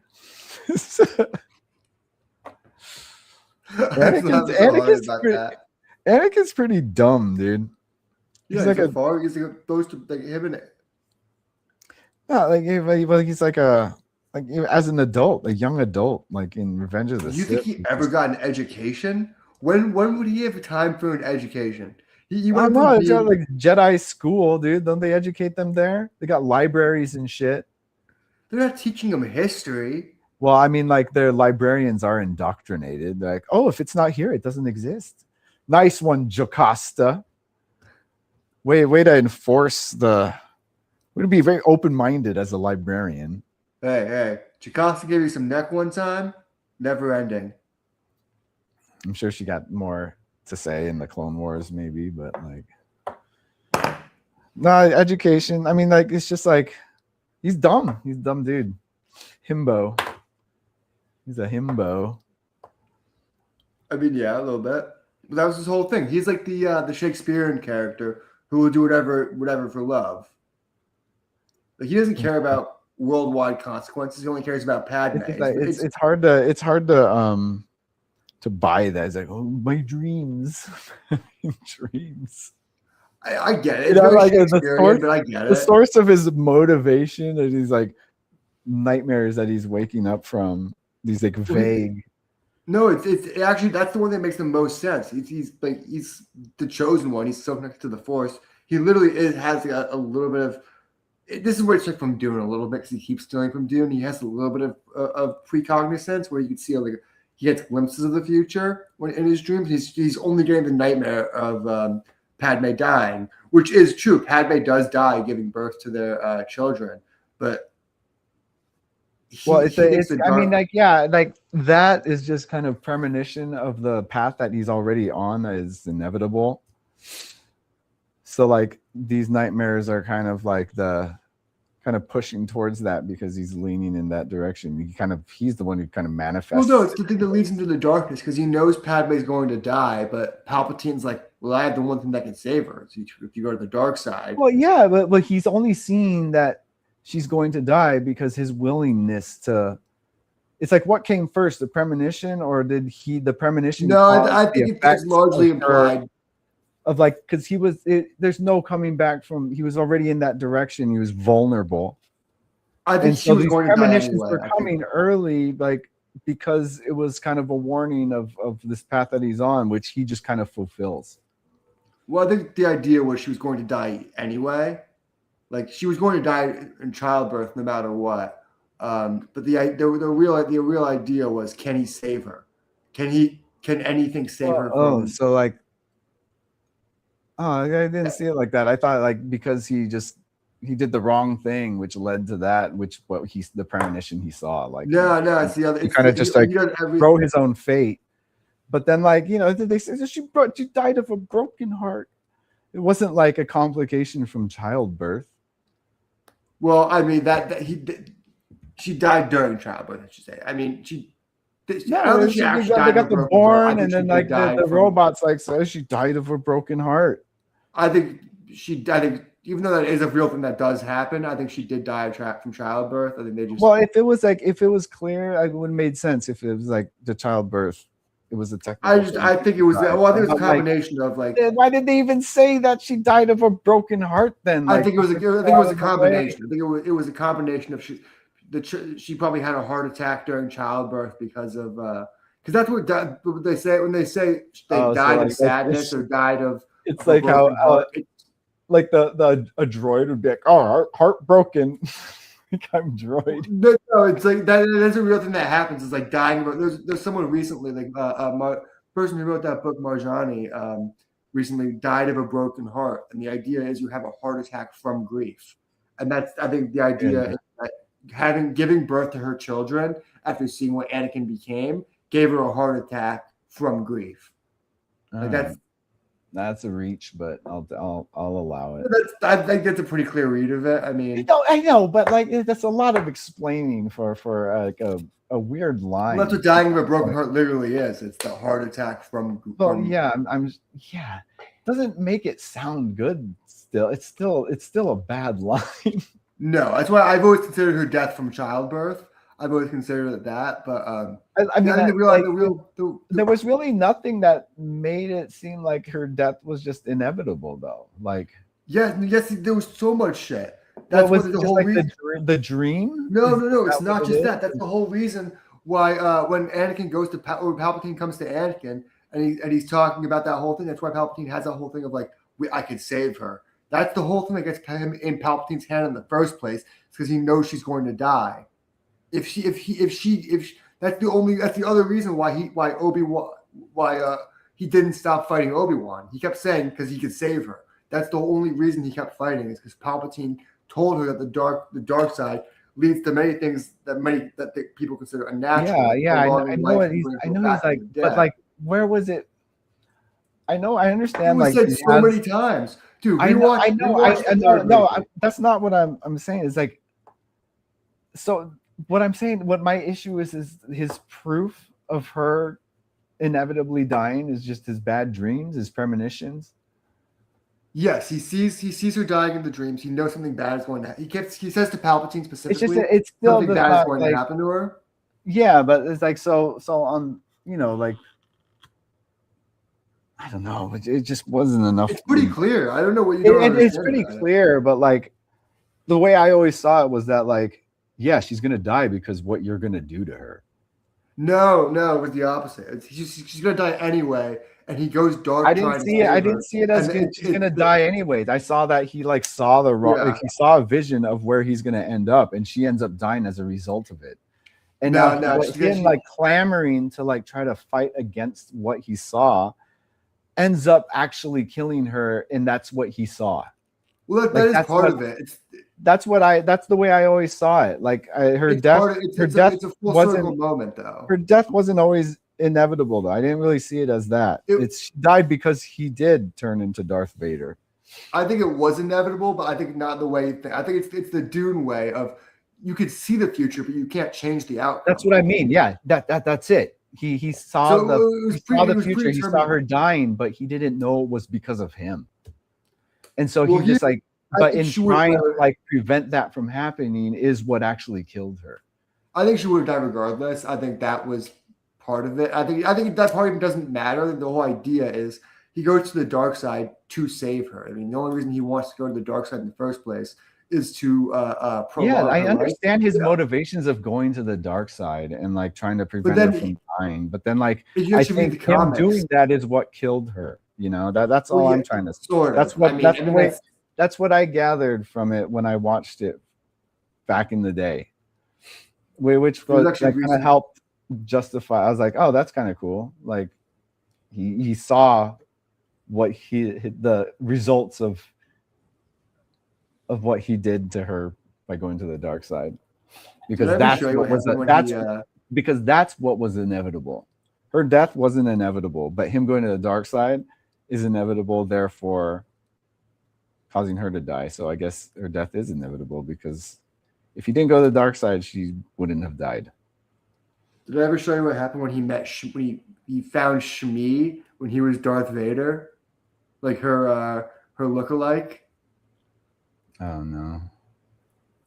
It's pretty What's funny. It's that? like, so he goes on his whole trip. He's still trying to bring Padme back from the dead. He still thinks it's possible. Like years after the Clone Wars, when he's fully Darth Vader, he's still trying to bring her back. And he goes to he finds out there's like a sect of people worshiping Padme, and he's like, he thinks they have her body, and he's like, that's the first step to bring her back. Obviously, get her body. Like step fucking one. So he goes to find her, and there's like rumors that like they've seen Padme around. She's still alive. And he's like losing his fucking mind, and that's her fucking double. And he can't even fight her because he's like, I can't hurt you. You look like the one thing I still love. It's just Keira Knightley. Yeah. But she's like obviously aged. They aged her up. Or Rose Byrne. But they reveal she survived everything, and she's like ended up in like a cult of Padme. Well, a cult of honoring what she basically a sect of rebels honoring what she stood for. Yeah. But they frame it like a cult in a cool way. He'd say they lost their body or something like. I don't think they ever had her body. I don't even think that part ever gets fully answered. I think they were just the idea was they had a tomb of Padme that was like of some significance to her. I don't think her body was even there.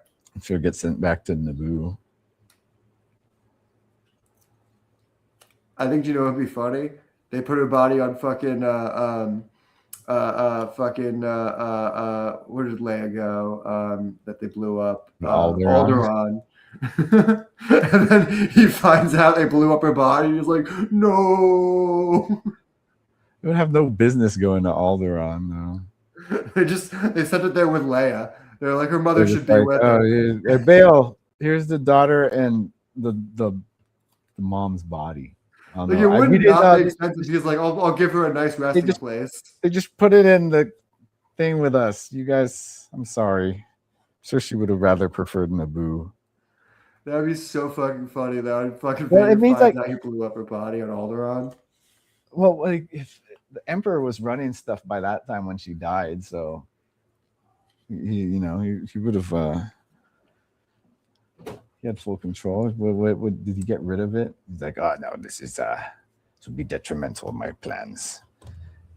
Well, that's kind of the Emperor never actually wanted to bring her back, because then he wouldn't be the loyal pawn anymore. He would have gotten what he wanted. No, he used her death as motivation to get him to like the dark side. Could you imagine how much money Palpatine would be making on Polymarket right now? Yeah, how rich is Palpatine? Dude.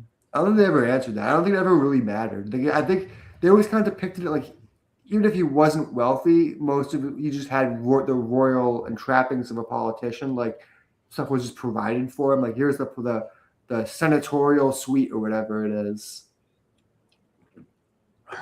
Like Bail Organa seemed much richer than him. Yeah. I mean, but he's from Naboo. Pretty affluent. Yeah, by oppressing the goddamn Gungans. Oh yeah, of course, dude. The blood money for sure. Kind of just It's just Naboo settlers.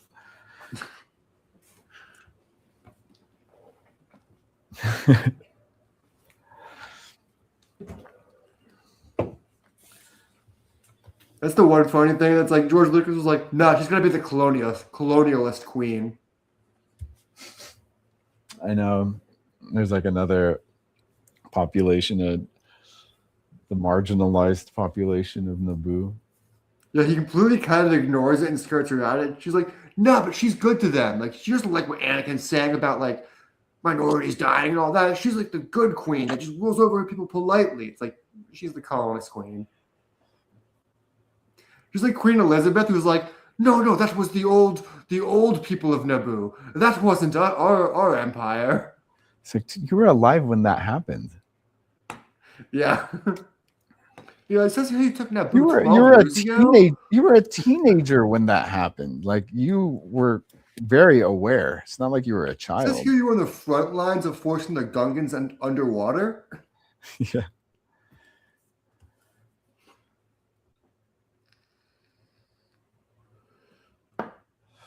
Yeah, what is did they address anything like that?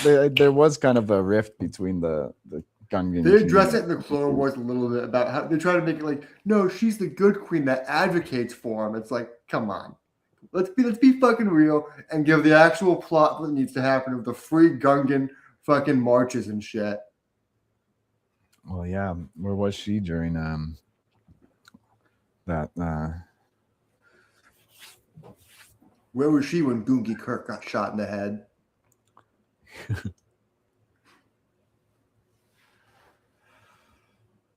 I know there was like a peace deal between like one of the Gungans with like the current leader of Naboo, and then they both get assassinated.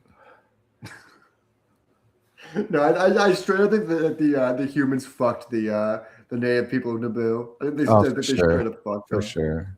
Like, oh, you guys mostly live underwater? That's cool. We'll just take the land. But it's like, yeah, it would be based on her, like how she's like, has she consistently been sympathizing for the Gungan all her life? You know, I don't think it mattered. I don't think it does she got into it. Does she require a purity test though?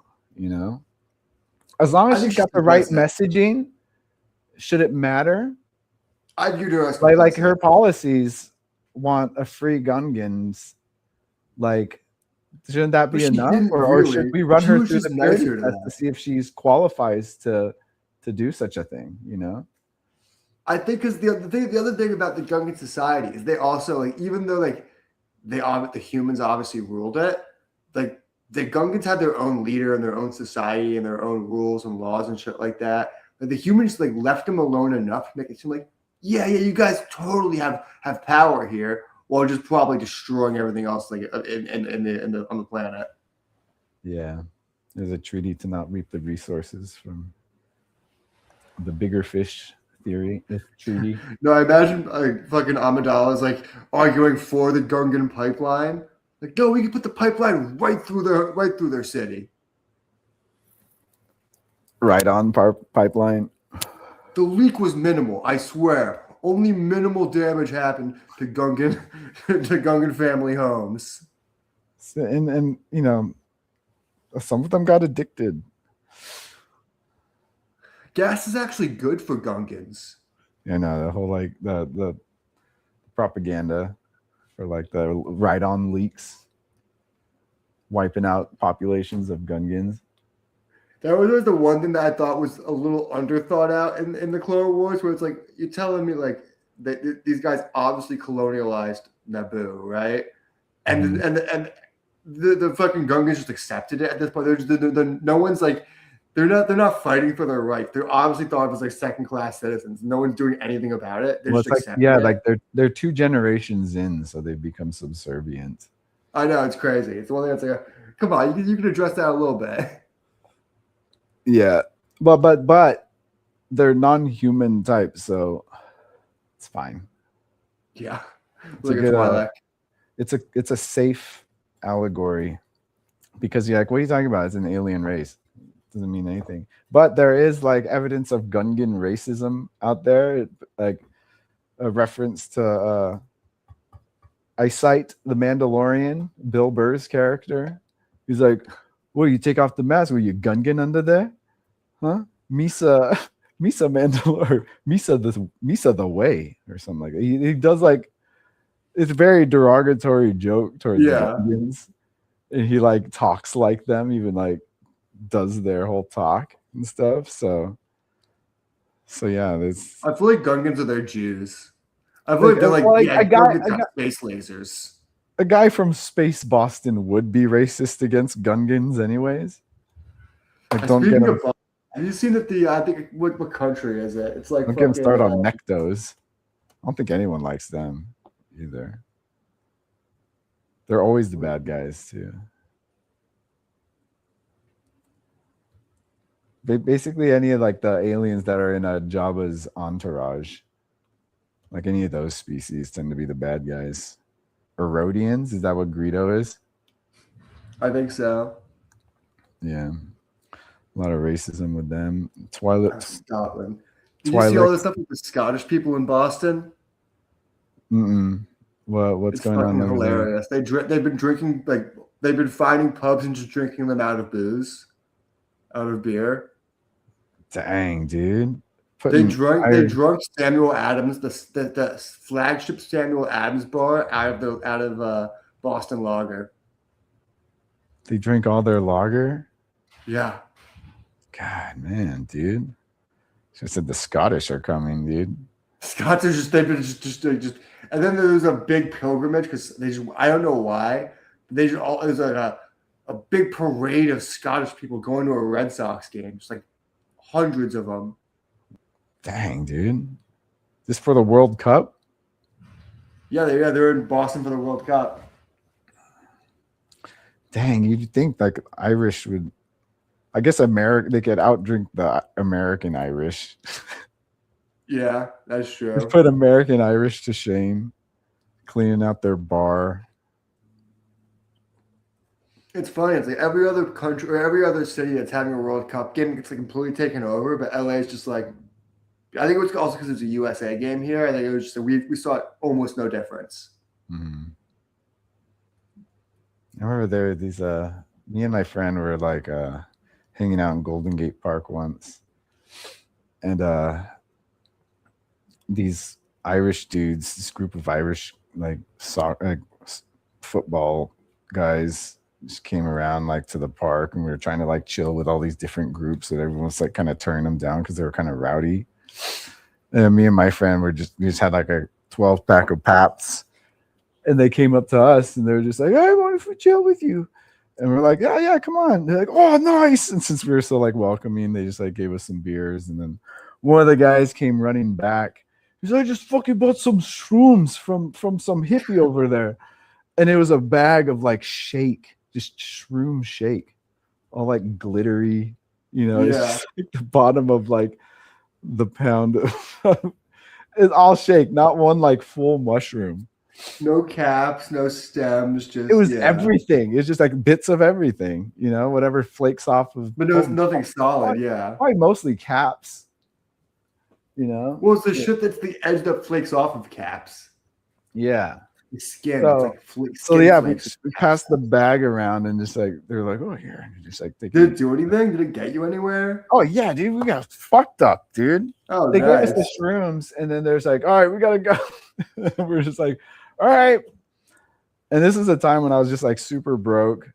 Me and my friend were kind of just like sharing money, and like just like go out at night, go tagging.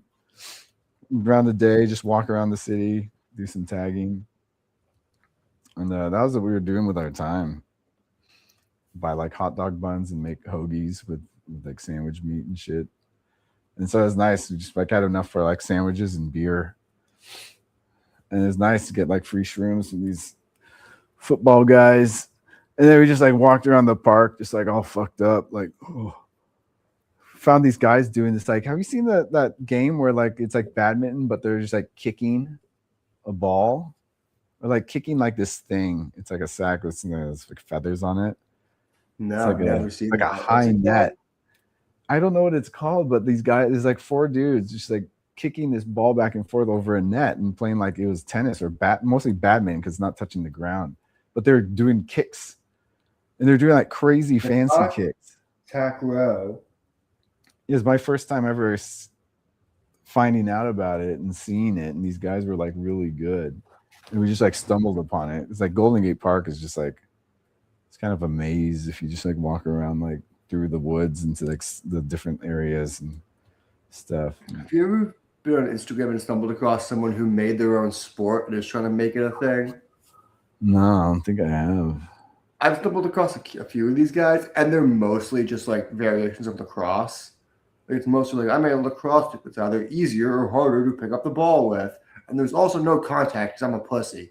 It's a lot of stuff like that. And we use a highlight scoop thing instead. One of them was like, it's basically lacrosse with a thing that's harder. It's like with a literal broom like style handle, like it's flat, so it's harder to scoop up. So it's way more about defensively, and you also can't move with the ball. It's like you're just adding random rules to different sports. You're like, no one's gonna. This isn't gonna be. We have enough sports. Like spike ball is a 1 in a billion thing. We don't need more sports. I know. Save it for like a company retreat or something. You know, like don't just put it on everyone thinking it's gonna catch. Do it when you could like play it. Do it at a company retreat where you could force people to do shit. You know, it's like, Yeah. all right, this is a new game I'm working on, and we have to play because that's why we're here. So, all right, these are the rules. Just constantly It explaining. always makes me like laugh a little bit for the wrong reasons. I know it's terrible. Is I never it's gonna be people are always playing it alone. They never have a friend that's helping them with this channel. It's always like them alone with their homemade equipment, and it's like they had this friends. happen. But they got sick of this fucking game thing. He kind of destroyed all his friendships. I think a lot of these guys think that they think they're like inventors, and they probably sink a lot of money into these ideas to make prototypes. They probably ask a lot of their. They seem like the kind of guys that would ask a lot of their friends for a very questionable amount of money for a very questionable investment. Look, I think this thing's gonna take off. I know it. Like people just need to know. They just need to know about it. You know? Is that bad? That's how I feel about a lot of Kickstarters. Yeah. I've never just browsed Kickstarter though.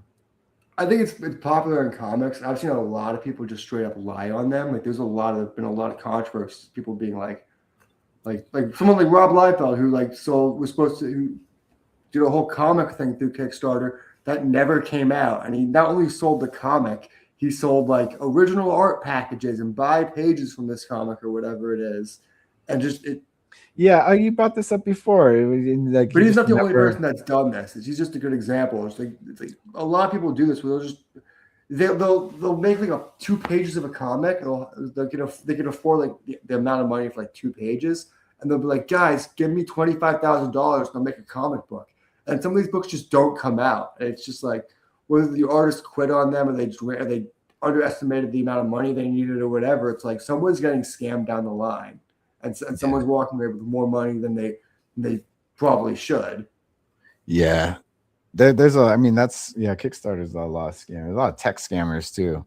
Like concepts that they make. They make these like it basically just selling this cool edited video. You know, a lot of people sell it as like they use it as like a pre-order thing, like so they use it. We're gauging support with the Kickstarter. Yeah. And I feel like you're just upselling people with it. You're just saying like, oh yeah, they'll just come up with like some crazy like impossible technology. There's that one with like the wrist that would project the time on your skin. Like there's like this wristwatch that did that. Yeah, hella backers, people like tons of money put into it, and then they slowly kind of just stopped contact with everyone. That's like what's her name, Holmes? What was her? Elizabeth Holmes, who was like, one drop of your blood. And we got everything we need, and people were like, "We'll give you billions of dollars." But she was able to sell it at this time of like people believing that type of stuff, you know, like we were full on like meritocracy going on. He was like, "Oh, look at it! She dropped out, and she's got this great idea. She's already like, she just charmed a bunch of people somehow." I remember my dad brought her up to me early on, And his red flag was like, yeah, she's clearly banging her mentor. That's not like a red flag to anyone else. Like this old dude, she's clearly banging this old dude who's like the brains behind this operation. He's clearly making her be the face of it. Like that's not a red flag to anyone else around. Dude, yeah, your dad totally caught it. That's exactly what was happening. My dad's like, he's good at catching bullshit. He was My not in a meeting with him, but he had he was in a place where Jordan Belfort came into his office for a meeting with someone else, not with him. My dad was like, it was when it was in the 90s, like during the Wolf of Wall Street holy shit. era. And my dad was like, just saw him from just across the office. Was like, that seems like a bad guy. Yeah, this guy got bad vibes all Steered over. clear from him. He's gonna end up in this low security prison. But yeah, he said he saw a meeting with Jordan. Like he saw someone else take a meeting with him. He's like, yeah, That's he doesn't seem like a good funny. guy. Dude. That's like my friends. Yeah, her parents had lunch with what's the guy who did Firefest? McFarlane. Yeah, but he was there looking at the place that he was gonna throw Firefest because my friend's parents would vacation there. They were on vacation there. Is he like a nepo kid? Isn't his dad like a Wall Street guy? I don't want to say nepo. Probably. He comes from wealth. I But, know. like, yeah, What's that? But it was still like while he was still like developing the idea, like he was like, yeah, I'm gonna throw this festival, and right over there he's able to like point at it from where they were sitting at the restaurant. And then yeah, they came back after the vacation. They were telling my friend about it. He's like, oh yeah, nice young man, he's got some big ideas and some sounds really cool. Years ago, my dad accidentally had lunch with Dan Blitzerian because Dan Blitzerian's dad's like a Wall Street guy. Oh yeah, you telling me about? Wasn't he there with his dad? Yeah, so he had lunch with his dad and Dan Bilzerian. Yeah, I think his dad was just in the. My dad had a lunch meeting with him, and Dan was in the area, so he joined them. My dad had no idea who this guy was. He was told he was a poker player, and he said he was just quiet and just like kind of like. I didn't know what to say. The whole like he was quiet and like overly polite because he's just like nervous. That guy was that.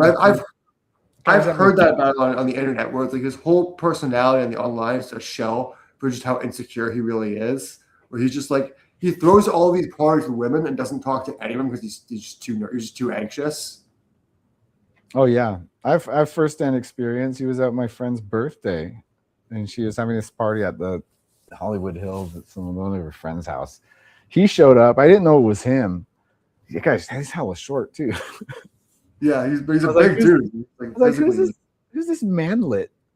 He's big, but he's still like small. Like he's like 5'6", yeah. Like he's like pretty jacked, but like because of his height, he's still like looks really small. It's like when like a little person takes off their shirt and they're like ripped. It would be like that. Like it's like, oh well, like he's got a bunch of muscles. Yeah. But yeah, he was like, he didn't interact with anyone. He brought a bunch of, I guess at the time he was like starting a weed company. So he had like vapes and like pre-rolls and like gummies and whatever. And he just like had a bunch of those on the table. And then, but he just hung out. But he just hung out in another room with a group of girls that he came with. And they were all like, very tanned and very blonde. I imagine that's his shell, just like his anxiety shell, just all come with people like I think they're like they're like hired, they're paid. So like they're kind of just around him and make him feel it's his shell. But he didn't interact with he wasn't in the party at all. They just stayed in like this one little area the whole time. I heard he like blew through his gambling money and his dad like cut him off, and he's been like running for governor of Florida or some shit. And, he's like really outspoken against like a lot of. I wouldn't say outspoken. He's just anti-Semitic. He's just blaming Jews. He's just outwardly blaming Jews for everything. I don't know if you'd call that outspoken now. Like he's just telling people on Twitter, blatantly anti-Semitic. Like this guy's running for office. People are voting for him. Yeah. I don't think it's gonna work out. To be honest, I think Florida has too many Jews. Yeah, I don't know. It's just his next thing, you know. He just moves on to the next thing. Yeah. Yeah, dude. I remember one of my friends was like, he was like, what? He was like jealous that I was like at a party that he was at. And I was like, why? What? Why? Him? Yeah, it makes it seem like that would be awesome. Like he would be I the was like, life that of the guy party, has like, no bringing bottles charisma. for everyone. He had Yeah. no presence. Like he was just, I don't know, man. He's weird. And I see his stuff. That's not him. He's not like that. But I think yeah. I think a lot of this. Well, that's social media. This is like Yeah. that lens that you could like, you could warp Have you it ever however seen you someone you want. follow on social media in real life and seen their actual personality, and then seen them film content and watch that like a persona take over? Oh yeah, they kind of just turn on the show. There was this girl I followed who just like she was like she was just like a normal comic book collector, and then I saw her at a Comic-Con, and her boyfriend was giving her comics and be like, all right, this is the first appearance of this. This is the first appearance. I'm like, her boyfriend's behind this fucking account? She doesn't like comics, her boyfriend does? And I was like, it blew my fucking mind. I was like, whoa. Like, Yeah, just illusion shattered. probably wouldn't follow if it was her boyfriend on camera. It was like, it was the kind of thing where we were like, That's she funny. had like the first appearance of the Punisher. Like, it's kind of like any comic book thing. ASM 129, kind of any comic book fan, like, I know what this book is. And he's telling her what book it is to show her off to the camera and giving her like a speech. I'm like, oh, she actually doesn't like. He's just doesn't like like down in the comics. script. She's just a Yeah. It wasn't like a. It's a Wizard of Oz. You saw 'Cause there has behind, been like a you trend of saw like. behind the curtain, Max. There's been like a legitimate trend though of like women actually into comics. Like, there is like like if you talk to comic book shop owners, they'll tell you more young women, like women my age specifically, are like getting into like reading monthly comics and stuff like that. And a lot of Instagram people are like latching out on that. There was this one person I followed. She's in LA. She was taking thirst trap pics inside comic book stores, and I was like, "Oh, she seems cool. I'll follow her, not because of her giant ass." And then I'm like, after like 3 weeks, I'm like, she doesn't read comics at all. She's just posing in these stores to fucking trap people like me. Mm-hmm. She's like, she knows. She's like, So oh, she she's just a has red comic. hair. Knows idiots like me will follow. She posts. Oh, posts red hair. Ivy Damn, that's a given. She has red hair, a giant ass, and will post with a Poison Ivy comic. I'm like, oh yeah, no way she fucking tricked me. No fucking way. Of course she tricked me. Is she like genetically cloned in a Tumblr lab? She seems like a cool person. I'm not hating her on a. I'm just saying, like it's the total idea. Like I the saw she's a recipe, Golden Apple you know? comics. Like, oh yeah, she seems cool. It's just so on the nose, you know. Yeah, the nerdy redhead. That's funny. It's performative females, dude. there's this one girl I follow on Instagram who's just like, she seems to work at a comic book store. I do not get how much comics she buys a week. She buys like a box full of comics a week. Like, I don't know. She must have like, How many she has, like, followers does she have? a lot. Maybe not even a lot. Let me try and find her on Instagram. I can't remember It's her like name. it's like hundreds of Ks, and they're probably giving it to her. You know, I found her immediately. That's crazy. 8,000 followers.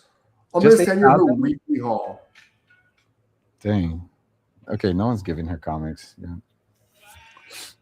Maybe smaller things. But Pull this up. Like, I'm genuinely impressed with her weekly hauls. I'm like, Jesus fucking Christ, she buys a lot of fucking books. And occasionally they'll just see the price tags on them too. Then they'll be like, not dollar. Dude, not just like all these like influencers on Instagram who like show hauls. It's always tons of shit. I think that's part of it. I think they're writing it off. But It's look at these just two like- videos I just sent, you know. Yeah, let me try to open And it. she's like a legit nerd. I'm not like shitting on her or anything. She's like, she does like a lot of great cosplays and comic book content and shit like that. She's like a legit nerd. But the amount of comics she buys, even I'm like, Jesus fucking Christ. Why isn't it opening up? I sent it to you. Right? Yeah, you sent it. I can't. It's not playing though. Like.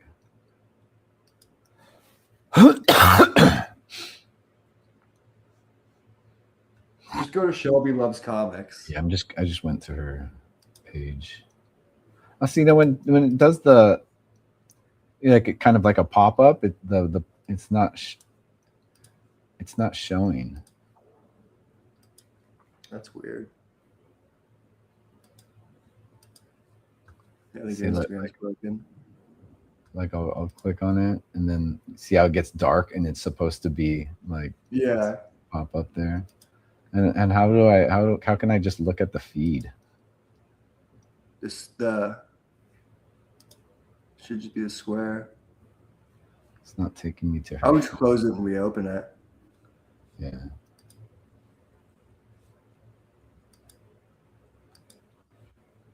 But maybe she's got like a rich dad or whatever, or like I don't know her situation. But every time I see her hauls, I'm like, should I be buying more fucking books? Like I'm doing the math of like how many books each book is like $4.99 to $5.99 to upwards of that. I'm like doing the math in my head. I'm like, this is like $300 of books a week sometimes. Oh, it played for a second and then it stopped. It like went away. Weird. I mean, I see the thumbnail. It's a huge stack. I'll play it from my end.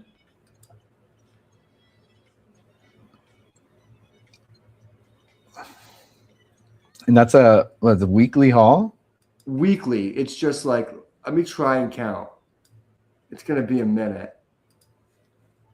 1, 2, 3, 4, 5, 6, 7, 8, 9, 10, 11, 12, 13, 14, 15, 16, 17, 18, 19, 20, 21, 22, 23, 24, 25, 26, 27, 28, 29, 30, 31, 32, 33, 34, 35, 36, 37, 38, 39, 40, 41, 42, 43, 44.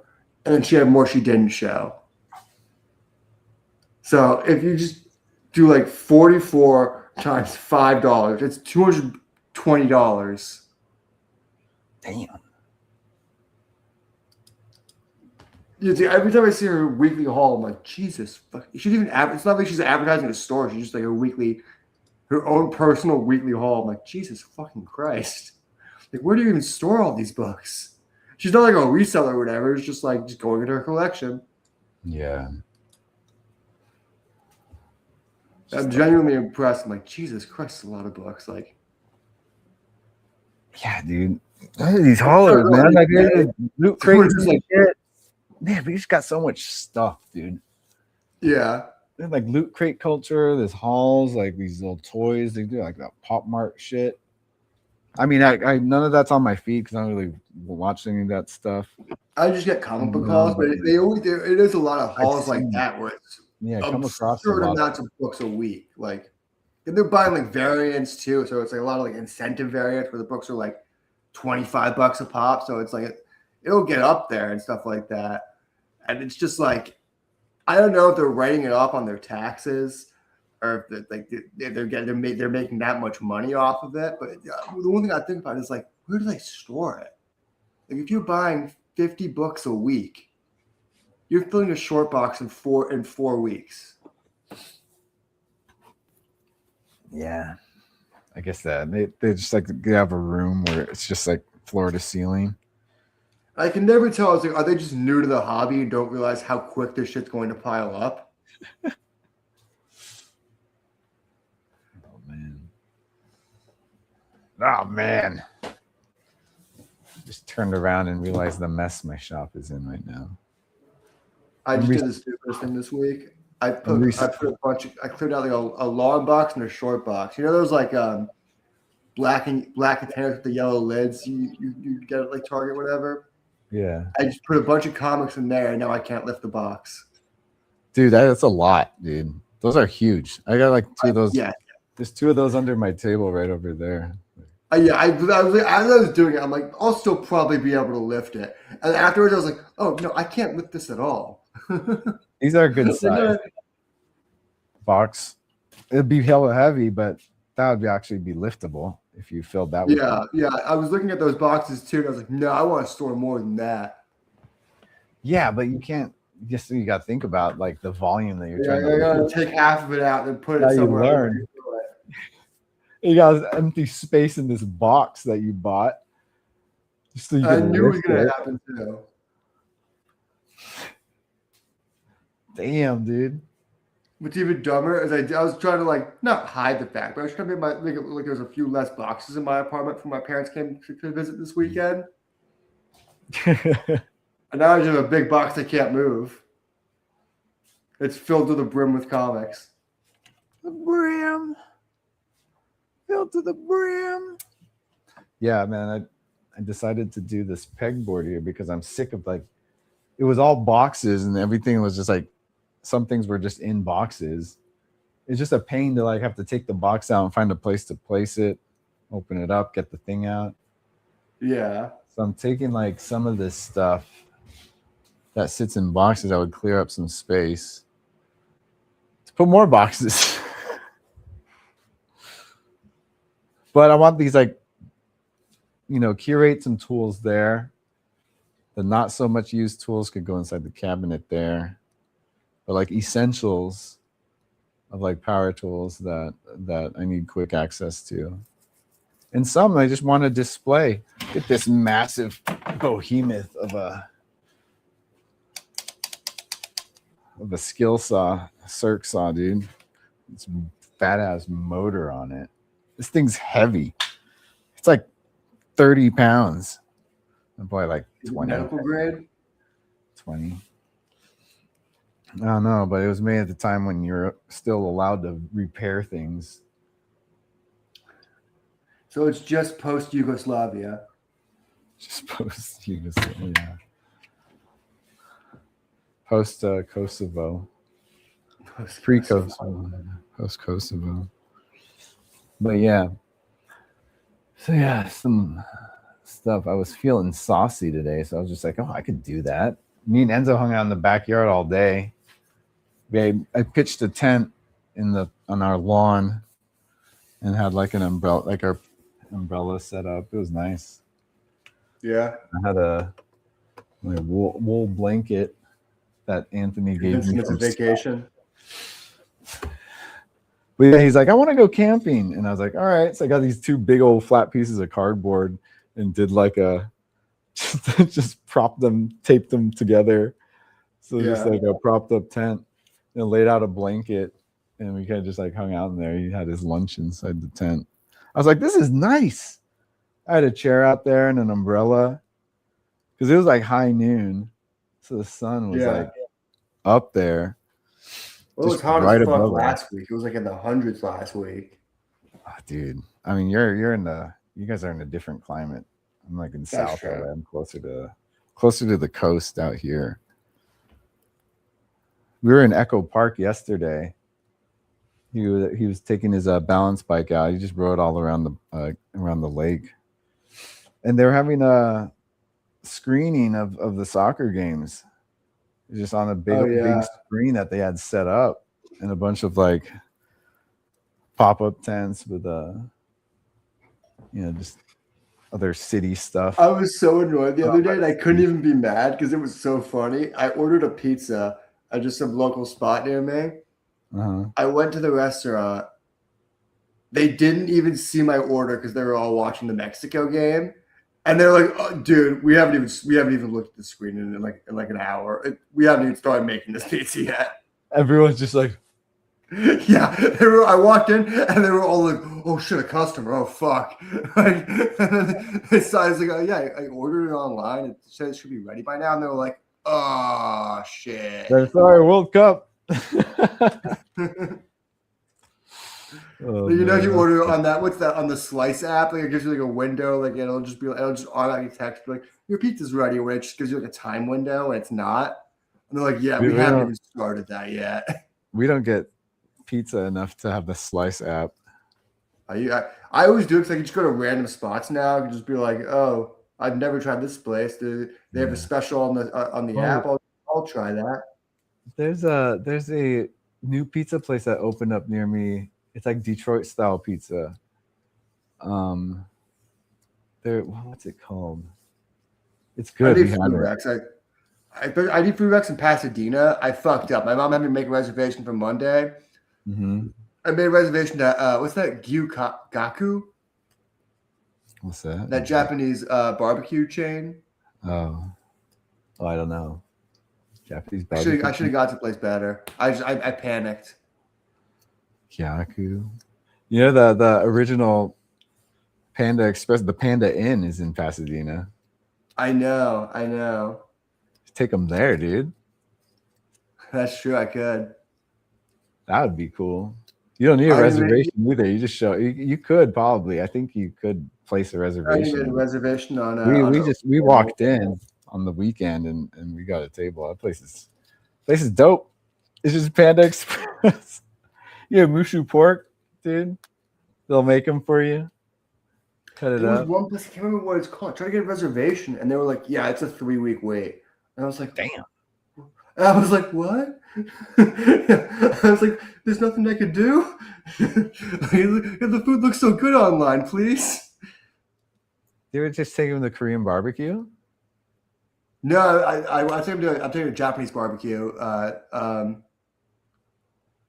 called like Gyukaku, I think it's called. It's like a chain. know. It's like a few of them. It's like shabu shabu or something like that.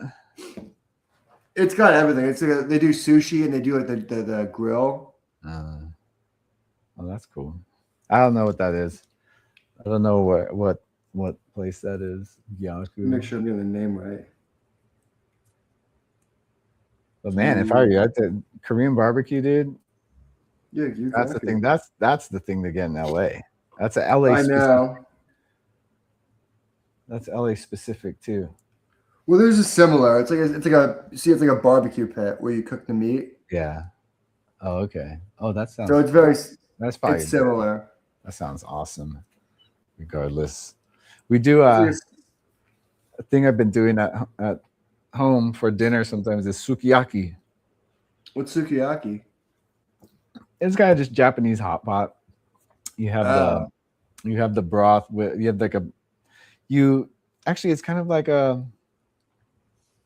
you start out with like just grilling some meat on like a hot plate, and you put like some of the sauce, you throw some onions on, and then like after that you eat that meat, with some rice, and then you pour the broth in like the where the meat was, and you had it's like it's like leftovers into a soup. Yeah, deglaze, or what is like what do they call it? That a deglaze when like it's all caramelized there, and then you start throwing the stuff. It's like Napa cabbage, enoki mushrooms, and tofu, and like these like kind of rice glass noodles you throw in, and you kind of just eat it like a hot pot. But the broth is like it's like a dashi, soy sauce, mirin, and like sake mix with some water. Yeah, but yeah, it's good. It's like the basic soup base for. That's what Yoshinoya does with their beef. I know how to make that Yoshinoya meat. I don't like Yoshinoya's meat. I don't gyodon, beef gyodon.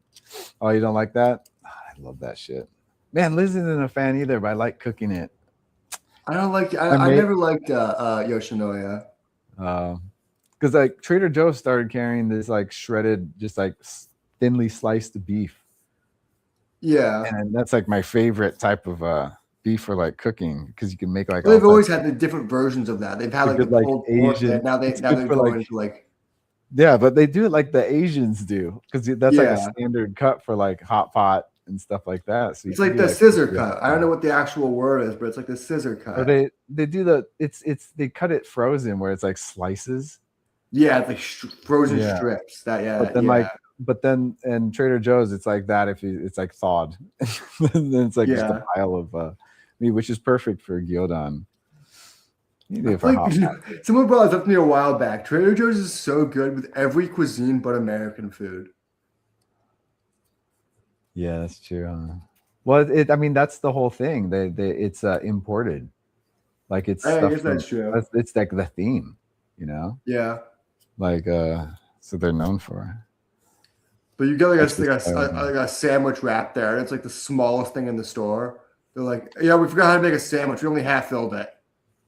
the man, they've the long running wrap, the lentil wrap.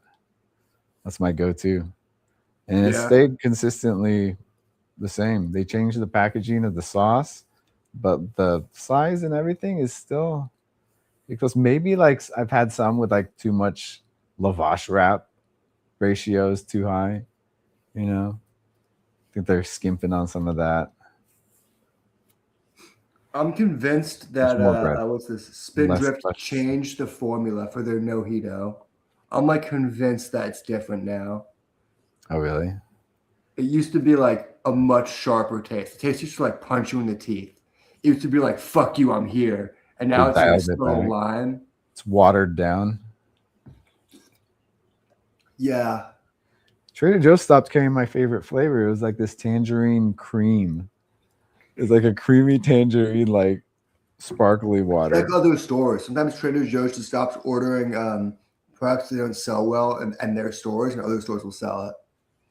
I haven't run into that. I look at other brands to see if that flavor is there, but Because I had that problem with the mochi that they sell with the trays. They stopped Uh-huh. selling it for a little bit at the one near me. I had to go to a different Trader Joe's to get my mochi fix. The little crunchy mochis. What? No, the frozen ones, like the mochi ice creams. Oh, those ones. Like the yeah, those When are. I'm deep into a script, those are my treat. Those are like when I do 10 pages, I'm gonna have another mochi. The ice cream mochi.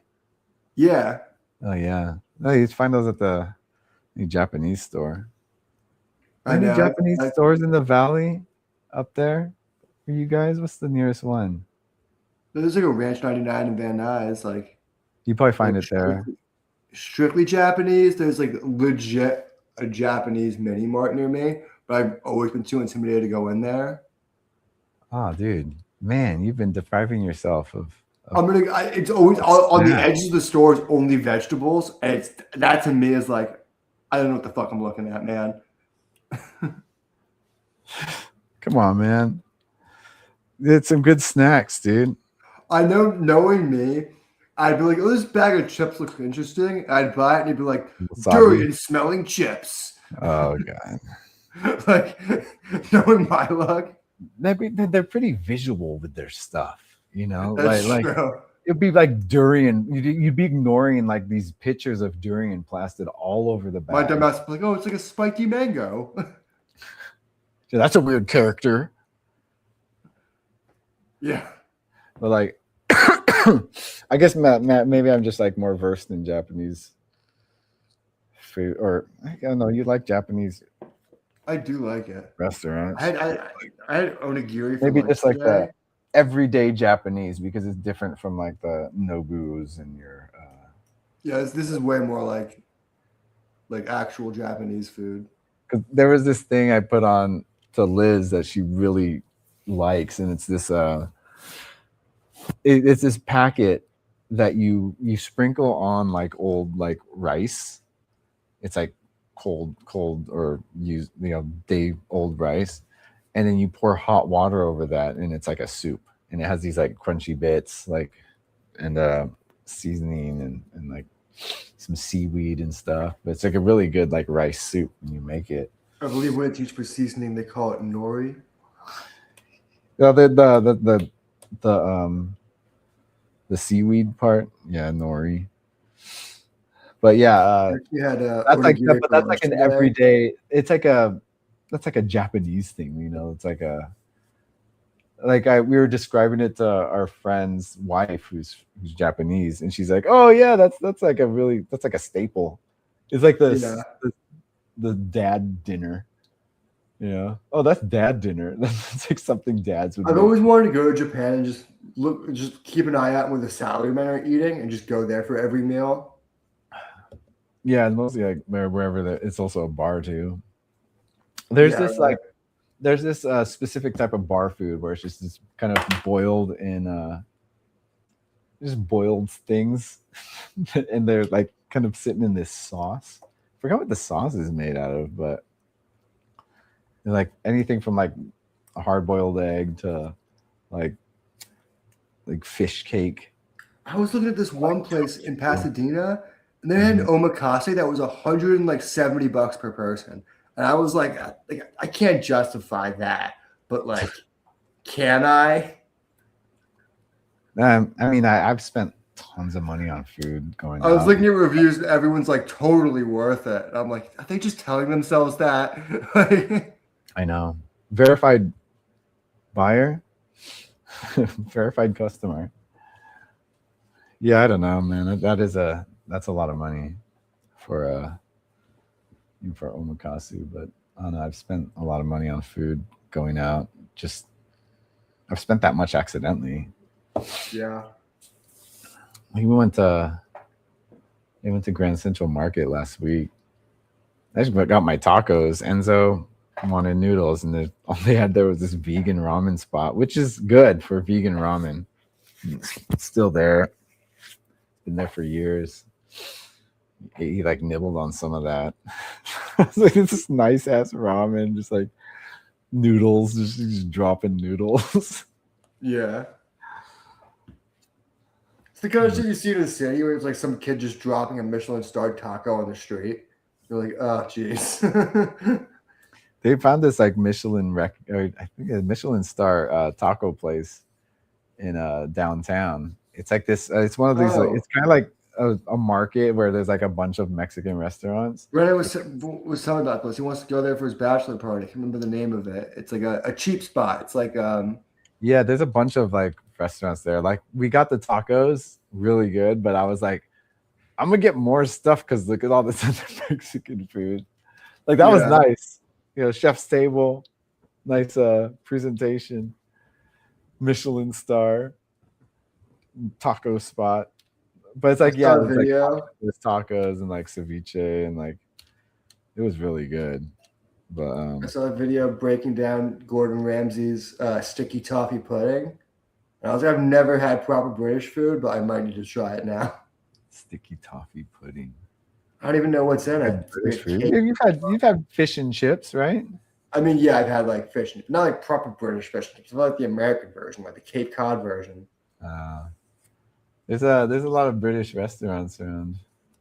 There was a lot of British restaurants and pubs in LA, weirdly. Yeah. We always call like the Fox and Hound, the Ball and Knob. You're in a culinary capital, dude. Yeah. S tier city, bro. That's why I fucked up when I was choosing a restaurant for my parents. Like, of course, I ended up choosing a fucking chain. I was looking at an open table of like what's good in the area. You go to chain of chains, dude. If you're gonna go chain, Panda Inn, dude. You can't get more chain than that, dude. I had Panda Express last week. One of my other Subway hot takes: Panda Express might give you too much food. Yeah, that's just, you know what? That's just you finding something to complain about. I know, it really is. I was like, man, that's it. That's a gift. You're welcome. By the way, she did like 4 scoops of lo mein, and it was like a tower, and she was like squishing it down. Complain about too much food. You know what? If I wasn't gonna finish it all in one sitting. Like I just wanted a quick lunch. No, you save it. You wait. No, I couldn't. That's the thing. I was on the move. I got it because I was out. I wasn't going home. I was going out. I was going back. I was going on a mission. Going comic hunting. Oh. I didn't know where to put it. I had to throw out like half of this lo mein. It's too much lo mein. Damn, dude. Yeah, they do. They're pretty generous with their lo mein. It's fine if it's like get rid of it, but yeah, yeah. Whatever. LA does it a lot though. It's not just Panda Express. I feel like LA as a whole, like places will be like, it's a $20 sandwich, but it's a big sandwich. And if you're just out, you just can't like put it anywhere. You just have this half sandwich with you. I always just save it and just eat it later and get sick. I do too. I always get sick. My stomach's it's gotten tough. It can handle it. I have the weakest stomach. I'm so Jewish.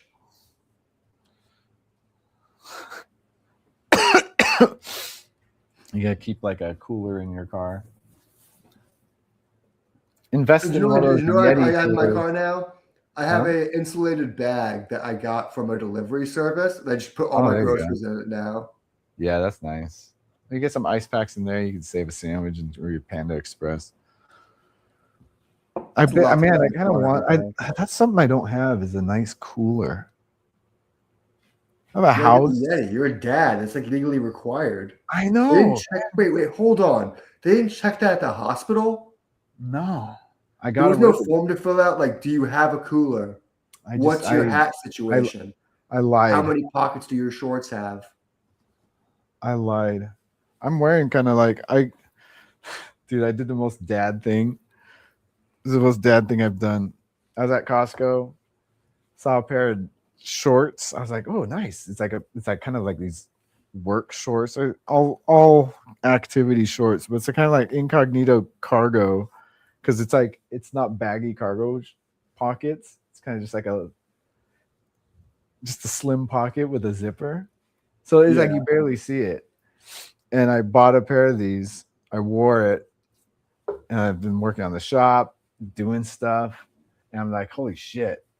Went back, bought 2 more pair.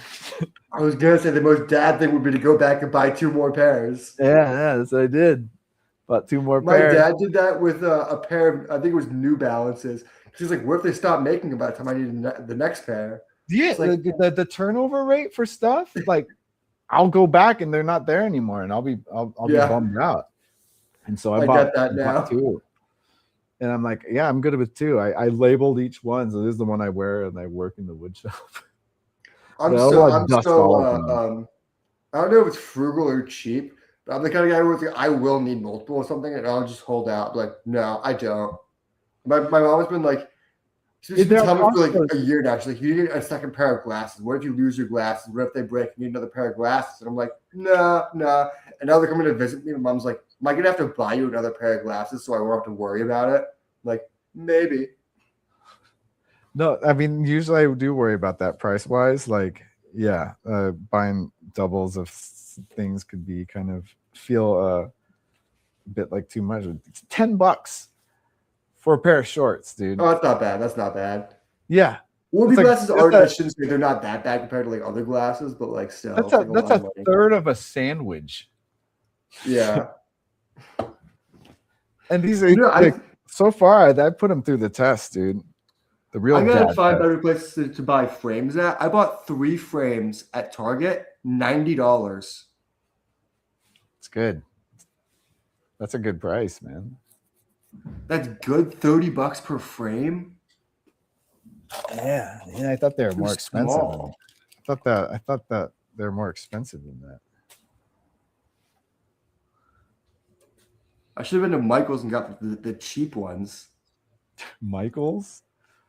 Hold on, I'm gonna go take a piss. I'll bring my mic so you could hear. Oh, the slug's out. There's a slug.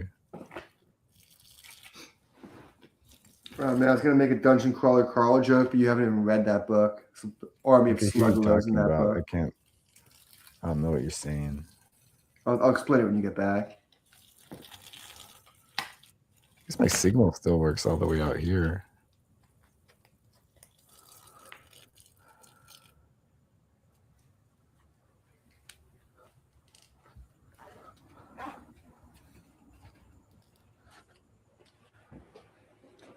It's a whole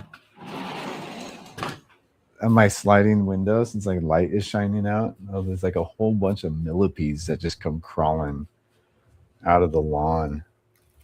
Like, yeah. And that's what I think they sound like. It looked like they sound that way, the way they move. But yeah, they're just like, oh, it's daytime over here. I'm just lost. You mentioned slugs. Every time I think about slugs now, there's these characters in Dungeon Crawler Carl who are called Sluggalos, like slug juggalos. No way. And they're basically just like slugs that are they're just down for the cause. Like at that point in the book, he's throwing a revolution over their like the corporate overlords controlling the crawl and the rich people who bought into it are making money off of it, and these sluggalos are just like down for the cause, and they're just like eat shit and die, motherfuckers, just like fucking shit up and just like throwing themselves into like burning buildings to kill themselves to die is just like among the cause. Whoop whoop. There's a great Sluggalo quote that I'm totally forgetting. Sluggalos. What are Sluggalos up to right now? I know a few juggalos. It always makes me sad they're still juggalos. Still, it makes you sad that they're still juggalos? Yeah. Why? Are they happy? Do you want to be honest? No. Oh, that sucks. None of these people I know who are juggalos are happy.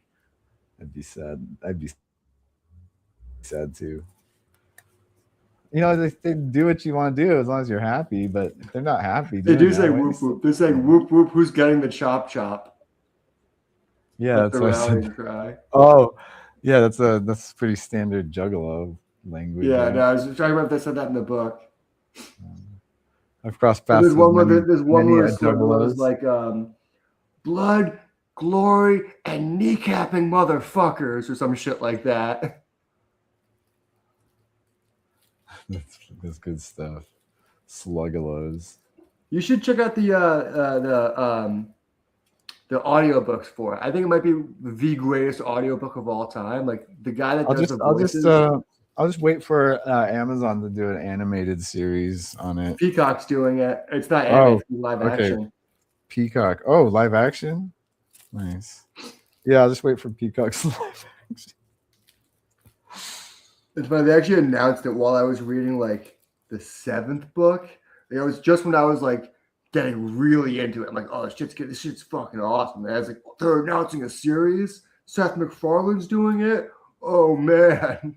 Holy shit. For real? Yeah. Damn. I don't think people were like, be his next project. Be a huge thing. Well, D&D is all the rage right now. Well, yeah, the book is huge though too. It's like just the D&D as a culture is kind of like rise to to pop culture again. Well, this book, it didn't spawn. It's a new genre called lit RPG where it's like an RPG in book form. Like not that you control anyone, but these characters are just like basically following RPG rules. Mm-hmm. And there's just like a dungeon crawl specifically RPG, so it's a lot of class stuff. But it leads into the idea of like class warfare, because the idea is like it's a rich corporation that the way the crawl works is like they come to Earth, they come to any planet, and they just take over everything at once. They announce to everyone you have I think it's like 30 minutes to get into one of the hallways, or get outside, and you will be crushed. If you can choose to enter the dungeon or stay outside, but if you are inside a building, you're just going to be harvested. You're going to be crushed and harvested by their machines. And they harvest everything on the planet to use for the crawl. And they only basically mine a small percentage of it. But they use everything else for the crawl. And they basically just make money off the crawl. There's billions of people, trillions of people throughout the galaxy watching it like a game show. And there's other spin-off. They have to go on media talk show appearances and stuff like that. All of it is basically putting a whole civilization through hell in a crazy fucked up dungeon crawl that a conglomerate of alien worlds are all making money off of in different ways. That's crazy. It's a great series. This is like exploitation, basically. Yeah. It's path exploitation. They come to a planet like you have no hope. We've taken over everything. Everything's doomed. If you want to survive, get in this dungeon and fight through hell. We're going to put you through the worst mental traumas we could physically come up with. And the best thing is, it's like so much meta commentary of like capitalism and shit like that, and then overthrowing capitalistic overlords. And there's like the AI controls the game. And there's a kind of it's just basically like it's like it's the Mr. Beast games. Oh, it's so much more fucked up than that. But that's where we're at. Yeah, we're the same track got all the same stops. Yeah, We're I just think down the road. I'll send you some clips later of tomorrow of the guy that does the audiobook because his voice range is fucking incredible. This guy's just like might be the best narrator of all time. And he's just like I genuinely think like this could like I know the book's ending with the next two books, but this could be as big as like a Harry Potter. Dang. I think so. Huh? Though maybe not. It's not for kids. It's a little more R-rated, but it's very big right now. It's very popular. So hot right now. Like I jumped on like right as it was like gaining upwards. I think the newest book like it hit a peak, and this guy's fucking what he's doing is kind of brilliant. Is it's the new era of what authors are doing. Is so instead of just like you having to wait 2 years, 3 years for the next book, this week he already started uploading the first 2 chapters of the next book on Patreon. And for $5 a month, I could start reading it early. That's cool. And I read the first 2 chapters this week. I mean, that's it's Patreon. Patreon's good for rewards early, and that's like always like the thing. Oh, you get to see it early, or read it early, or watch it early. The only 2 Patreons I have are his and Stavi's World. Nice. Because you get bonus episodes. I was listening to Stavi's podcast. I listened to all the episodes. I was listening to it like twice a week, and I was like, I would pay $5 for 2 more episodes a week. That seems worth it. Yeah. For Stavi. And ad free. Mm-hmm. Ad free alone is like the reason. It's a good enough reason for me. Right. And then on that author Dungeon Crawler Carl, you can vote on stuff. So like he has a game guide, or technically it's a manager at this point, and each floor he changes races. Like he changes like whether he starts off as a skyfowl originally, then he becomes like a can't remember all the races he goes to, like goblin and all that. But you could vote for his next one. And one of the main characters in the book is Carl's ex-girlfriend's cat Donut, who gained the ability to speak, and she's very opinionated and she's one of the best characters maybe in any book ever. And the top choice that everyone's voting for is to turn Mordecai, their game guide or their manager, into a cat boy because they know Donut would hate it. Donut's she's just pretentious enough to be like, no, this is ridiculous. He is cosplaying as a cat. He is not actually a cat. He's not turning into a cat, like a real cat. Because there like fake ears. There was a crawler who picked Cat Girl as a class, and Donut immediately didn't trust her. She's like, fuck this bitch. No, she's gonna that one little thing, you give a mouse a cookie, it's gonna just gonna change the trajectory of things. This book is like, I think is gonna be the book that like defines. I legit think it's gonna be the book that defines a generation of novels because it like broke a new literary genre on top of being like a fully original book. That it was like an original thing that didn't come from. He couldn't publish it. No one would publish it. He published it himself online, and then it ended up with like every publisher fighting over it. Dang, dude. And the success of just the audiobook, of the narrator doing it, led to the audiobook guy starting his own audiobook company. Dang. He's just like, they started a new company called Sound Booth Theater, where they take full casts and do like a full audio. They call it the audio immersion tunnel, which really just like, it's really an audio play. Mm-hmm. They do full sound effects, full scores, full casts. Dang. Full casts? Yeah. Full cast audio plays of books. So you could read the Dungeon Crawler Carl book, you could read the audio book, or you can follow along their audio like production. Man, I mean, business has been probably good for audio book recording these days. My plan for so long, I really want to do this for my novel, is to take it as an audiobook and you release it on Spotify for free and just you get ads and just get ad revenue. Yeah. You just need someone. You need someone to record it. Yeah, I've looked into it. The problem is, it's like with audiobooks, you get what you pay for. You can get someone to do it for $30 a chapter, but it's going to sound like that. Yeah. Yeah. It is what you get what you pay for.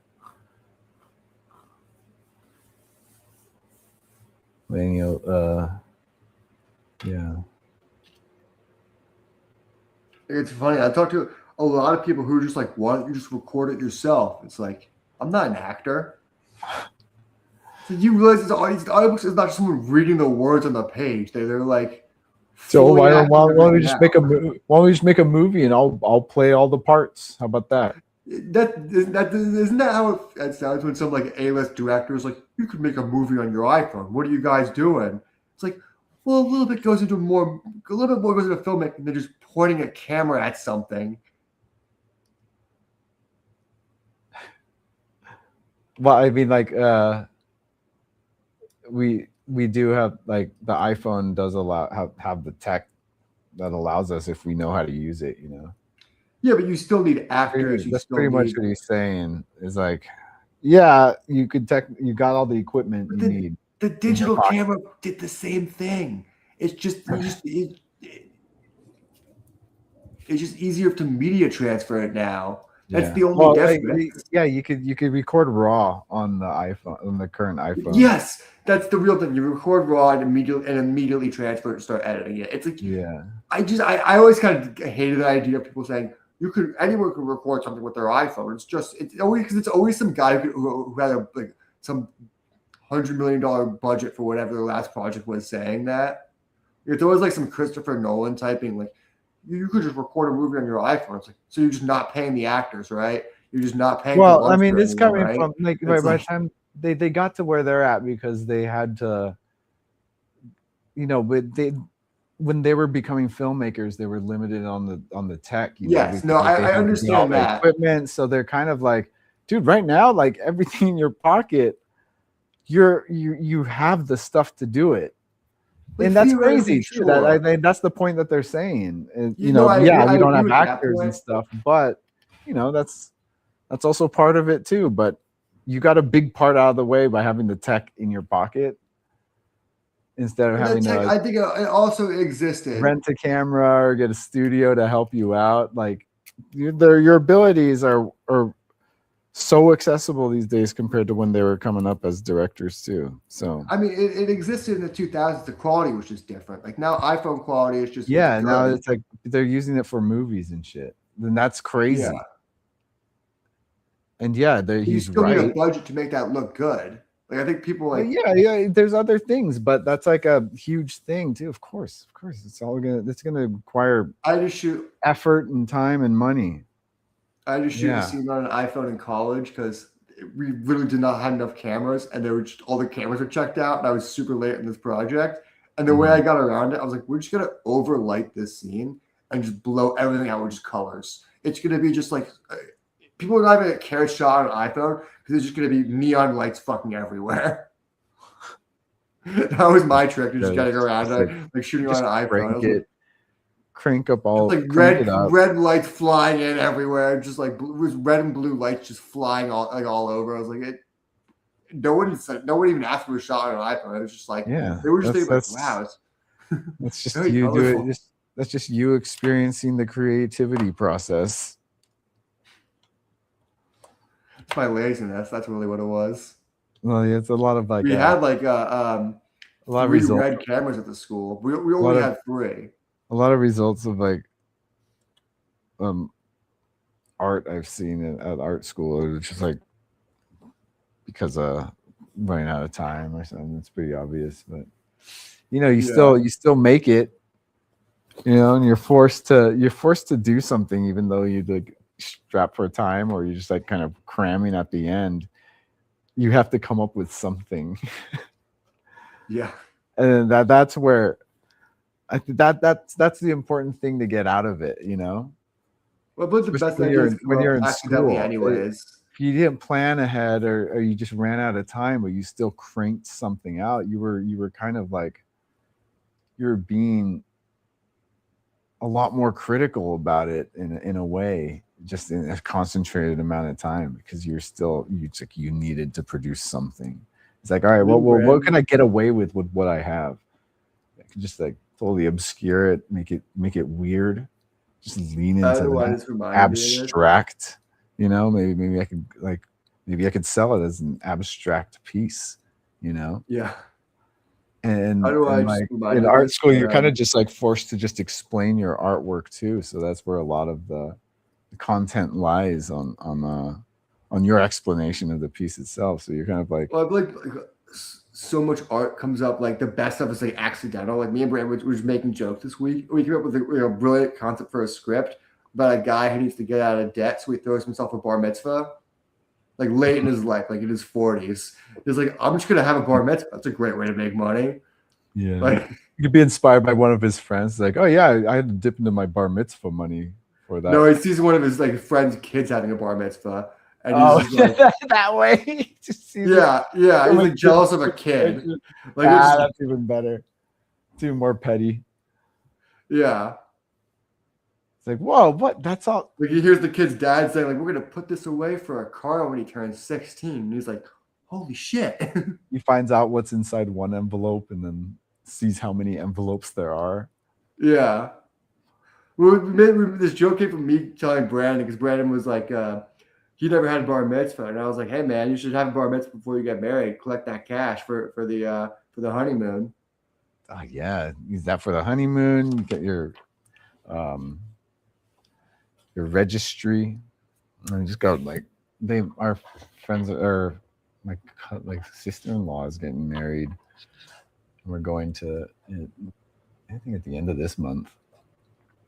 But we just got their registry, but it's just like different options, like something for our dog, or what else was it? It's like funds for the honeymoon, and then like it's just like different categories.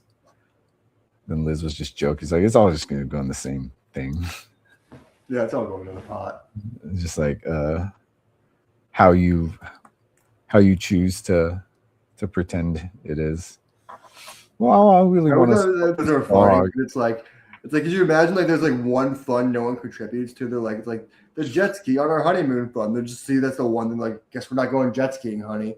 Pay for everything else, but we can't go jet skiing. Or just like everything goes to the dog. Yeah. So because they made that an option. So it's like, what if all of it is just like no one? It all went to dog. Well, I went to Ollie. I guess Ollie's living good. Lifetime supply of food, Ollie. There's a lifetime supply. They did like years supply of treats for Ollie, I think is what's on the. Oh no, I didn't scan the QR code. Did you hear about modern millennial weddings, huh? And these guys are like cringe millennials. It's funny. Yeah. She's like she was like a Harry Potter fan. I think her only tattoo is a reference to Harry Potter. Subtle. It's not like a deathly. It was just a lightning bolt on her forehead. Super it's subtle. Like it's a phoenix feather, but like she's like she can tell people it's X-Men. Yeah. It's the other or just phoenix. Like the concept of a phoenix isn't owned by the Harry Potter universe, you know? It's rebirth, much like a trans person. Yeah, exactly. But it's just like, you know, like cringe millennials. I guess you're trying to just J.K. Rowling about like, yeah, trans people is much like like your analogy of the phoenix. Yeah, it all, you know, Dumbledore, a phoenix, a rebirth. Man, it's crazy how she's dying on that hill, you know? Oh yeah, she's fully committed to it, and it's like, she's like, yeah, I've ruined my career. What else can I've already made my money. What else can I do? I'm not gonna. She's like if George. Could you imagine if George Lucas did that? Like, if he's just like after Harry Potter, he's like, I don't like gay rights. Like he just decides Like, to die on yeah. that hill. Yeah, right. Just like a really Like, it's so controversial crazy. stance on something that has no effect on you, really. But it just is the stance you want to take. Is that evil black mold like talking to her, like the goblin mask? You know, there's that black mold crawling up her wall, and it's just like talking to her. Oh, hate trans. Define a woman. I'm surprised companies are still pushing Harry Potter shit. Like, does it really still make? I'm sure it still makes a lot of money, but like, Oh, dude, yeah, it's a golden goose. It made I tons never of money. liked those books. They always like, It's not for as a you, kid, but it's for everyone else. Like American Idol isn't for you. I fucking loved that show growing up. What do But you? I went to the American Idol tour. besides the point, like, shut up, dude. I don't care. That's You're assuming things about me. if that true, really. Yeah, I went to the tour when who was that guy Howard Stern always made fun of? I don't know. You liked American Idol? You were into it? I watched one season. I shouldn't say I liked it. I watched one season because Howard Stern made fun of this one. He was like the meme vote. Not Zendaya. His name was like something like Zendaya. It was like I don't know. I haven't watched it. He was like a meme vote though. Season. Anyways, never mind. That was maybe American Idol is a bad example. Should have chose Lost. I fucking hated that show, and I tried to get into it so many times. Well, yeah, at least you tried. I wasn't interested. I had friends who just watch every week. God, the hype. I just go because they're like go once in a while because like we'd just be hanging out, and then I think it's Colby's roommates. Colby. I got to like the time that they opened like the third or fourth can of worms, and I was like, we're not getting any more answers, just more vague questions. Like they were just like, well, at a certain point, they find a hatch on the beach, and they're into it. And there's like a guy in there or some shit. There's like he has to press a certain button every 30 seconds, or something bad will happen. So they're just bringing up more confusing questions. Just a mystery of the month. Yeah, there's mystery boxes that I just was like. Well, still like it was still kind of new to us. I know. I just like as someone who was binging it, I was like, I just wanted like some answers. To get me interested. I think that Lost, like the hype around Lost was something that was like, if you got to experience it, good for you, because you know it's like kind of like how Game of Thrones was, like just. It seeped into pop culture, and as you kept up with it, like you're like, oh, that's funny. It's like everywhere, and everyone's watching. It's just this shared experience. We had an actual monoculture. Yeah, monoculture, dude. We don't get that. Those are kind of rare these days. I always thought that's what the monoculture is now for young people. It's that guy that goes computer. He's the monoculture for young people. That one's pretty funny though. I like that one. Biden blast this guy. What? Hit this guy with the Biden blast. Blast this guy. Computer, turn all of these guys into orcs. Make them gay for the next 24 hours. You've been reprogrammed. Like that just made me laugh so fucking hard for no reason. Because occasionally it'll get a little wholesome. He'll be like, "You two will have the best weekend of your life. You've been programmed." And he'll just leave, and they'll just be like, "Okay." Yeah, so they'll be like, "Yeah, he's got the range." He'd be trolling or like hope core. He could also do some hope core with that format. Yeah, like, good stuff, man. Good marketing, good gimmick. Yeah, I thought it was like a solid gimmick where it's like he just took the joke with the meta glasses of like dumb sci-fi look of the way that they're filmed, and he's like, "Oh yeah, it's just perfect for just like a guy like computer." Like it just matches it so well. Well, and also, stuff. Let's not dismiss the massive amounts of charisma he has too. Yeah, no, I think he's pretty funny. It's like I saw somebody the other day. It'd be funny. That's when you're like, yep, that's your calling. You're good at this. Like a full feature movie of like this computer character, and at the end of the movie, it's like all in first person. At the end of the movie, he looks in a mirror. It's Brad Pitt, but it's like the same voice the whole time. That'd be funny. They'll smack my bitch up concept. Was that the first? Is that? I mean, who did that?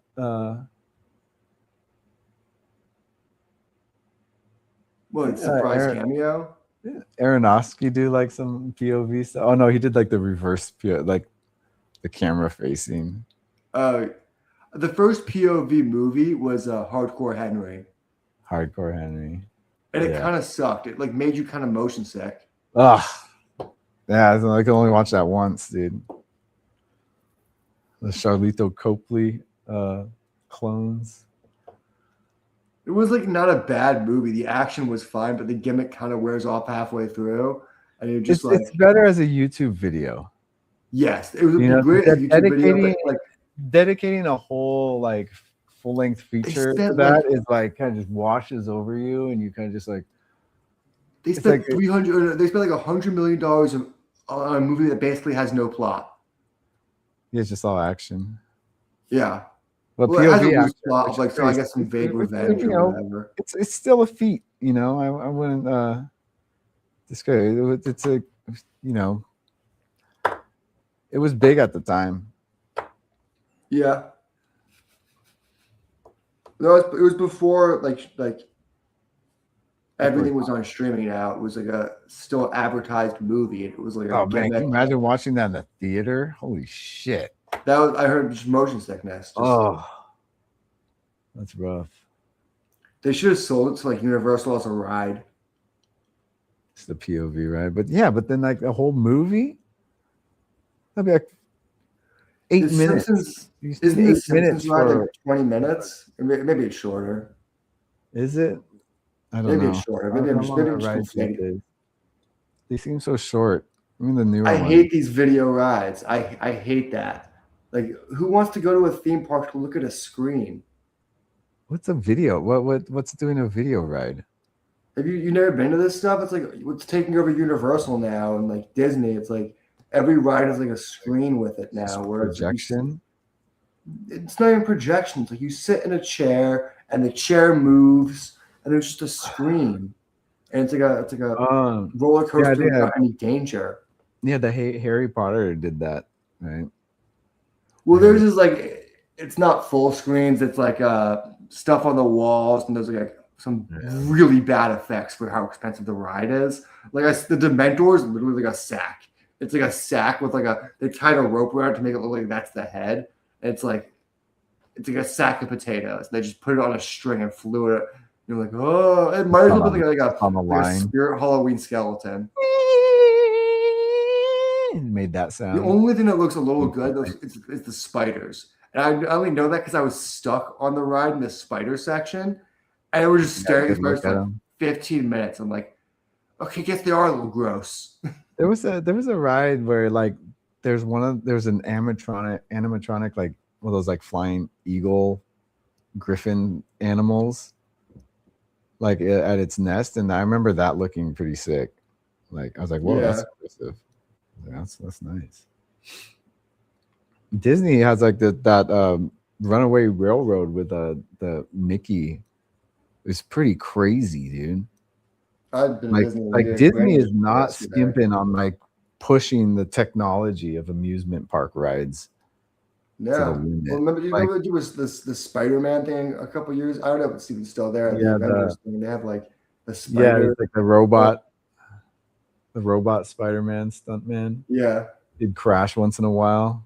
Like there's a bunch of videos of him like, believing that though. It's like it would crash, and then he'd like get up, like, oh hey, what's going on? Like do the cowboy switch or whatever. He just fully ragdolls with no landing, and they're like, yeah. He just gets up. It's like, yeah, it's exactly how Spider-Man would do it. But the way the dummy is made, it doesn't ragdoll. It stays like pretty like it stays in the kind of that form. It doesn't land. It's got like limited mobility, so it kind of when it hits something, it's still like yeah. But yeah, it just like lands in a net off view, right? Something like that. It's like I think a cool idea, but the implementation is not just like it hasn't caught up with the technology. I think that was pretty successful with the Spider-Man thing. I think people liked it, but I never thought it looked good. It always looked kind of bad. I think that's you know, it's close enough where kids are gonna believe that shit. You know. What do you do? Here's the actual question. What do you do when you're like an adult at Disneyland? Like you're a full, like you're a 30-year-old man, and some dude as Captain America tries to like address you in character. Like, do you just go along with it to be polite, or you're just like, hey man, like, save your energy for the kids?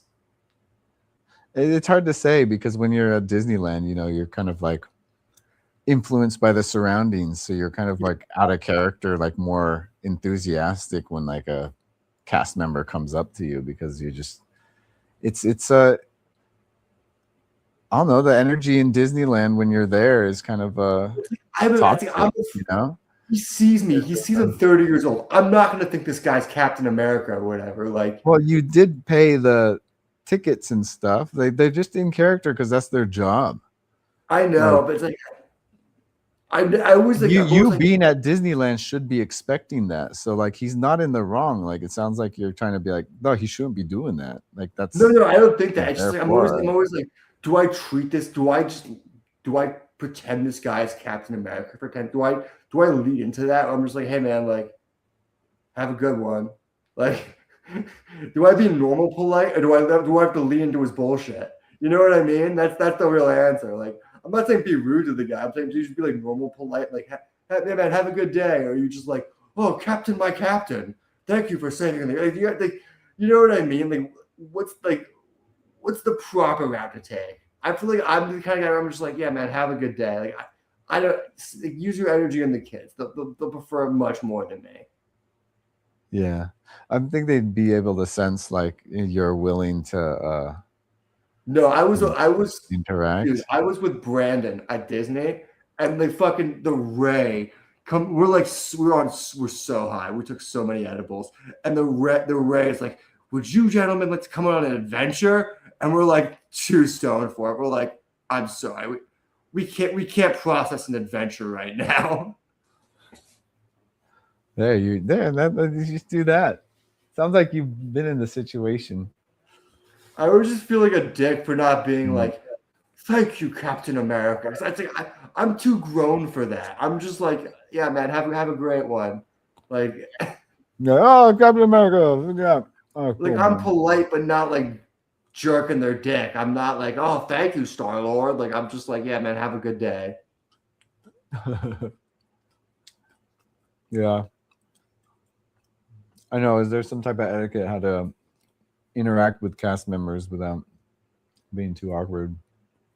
Yeah, because they put you in that shit position of like, like, do you treat this guy who looks like an off-branded Thor like he's Thor for 10 seconds to make him feel better?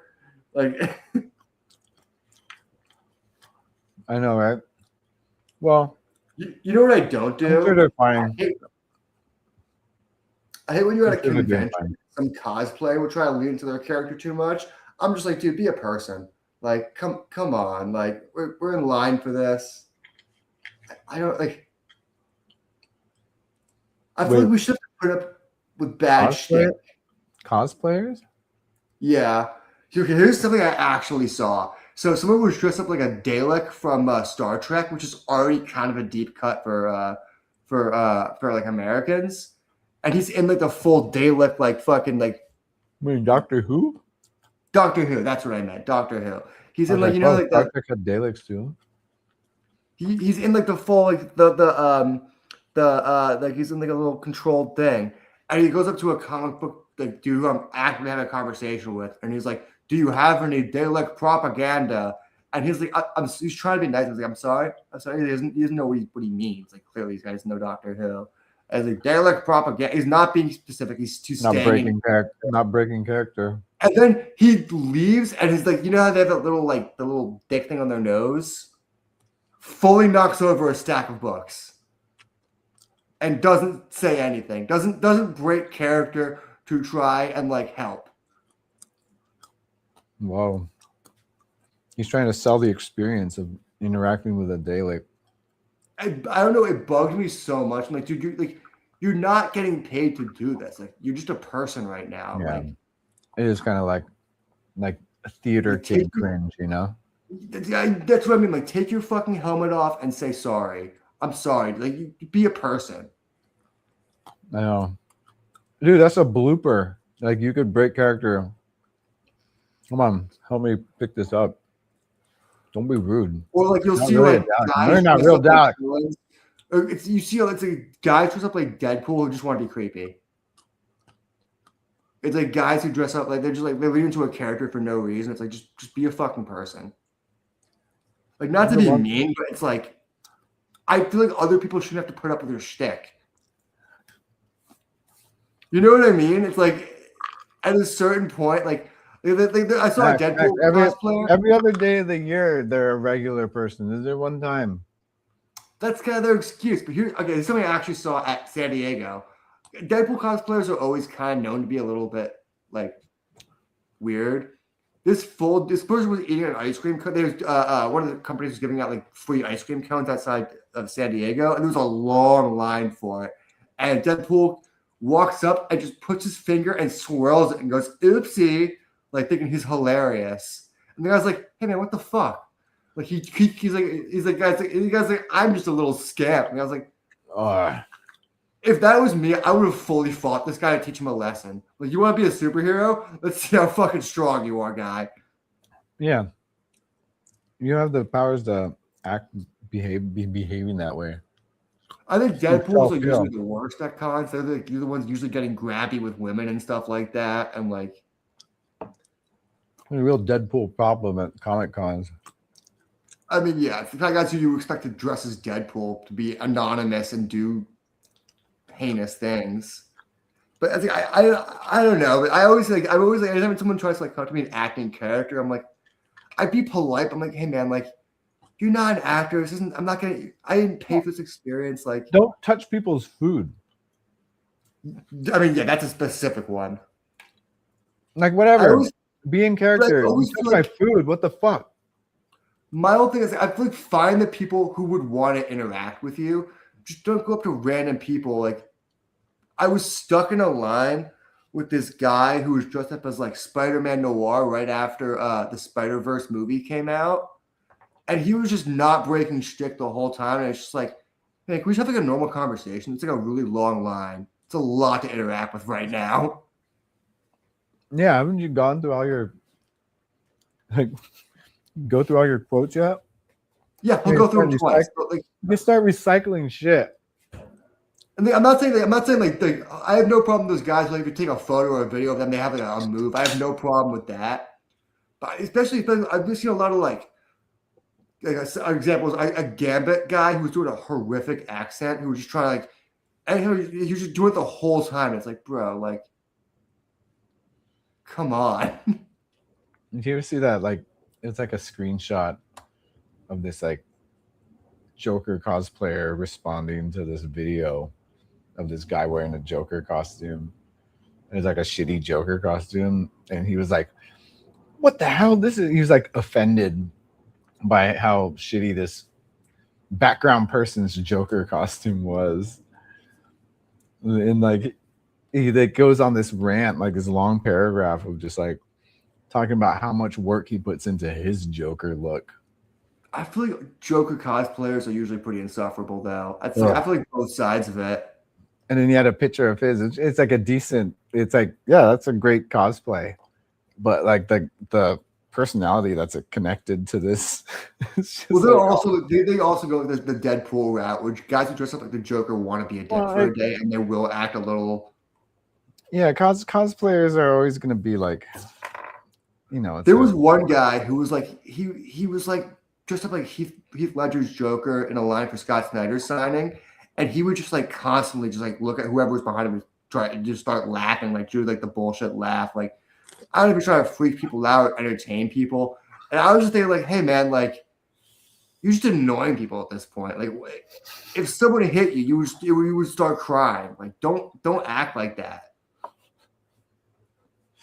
Man, Max is just sick of everyone's bullshit, dude.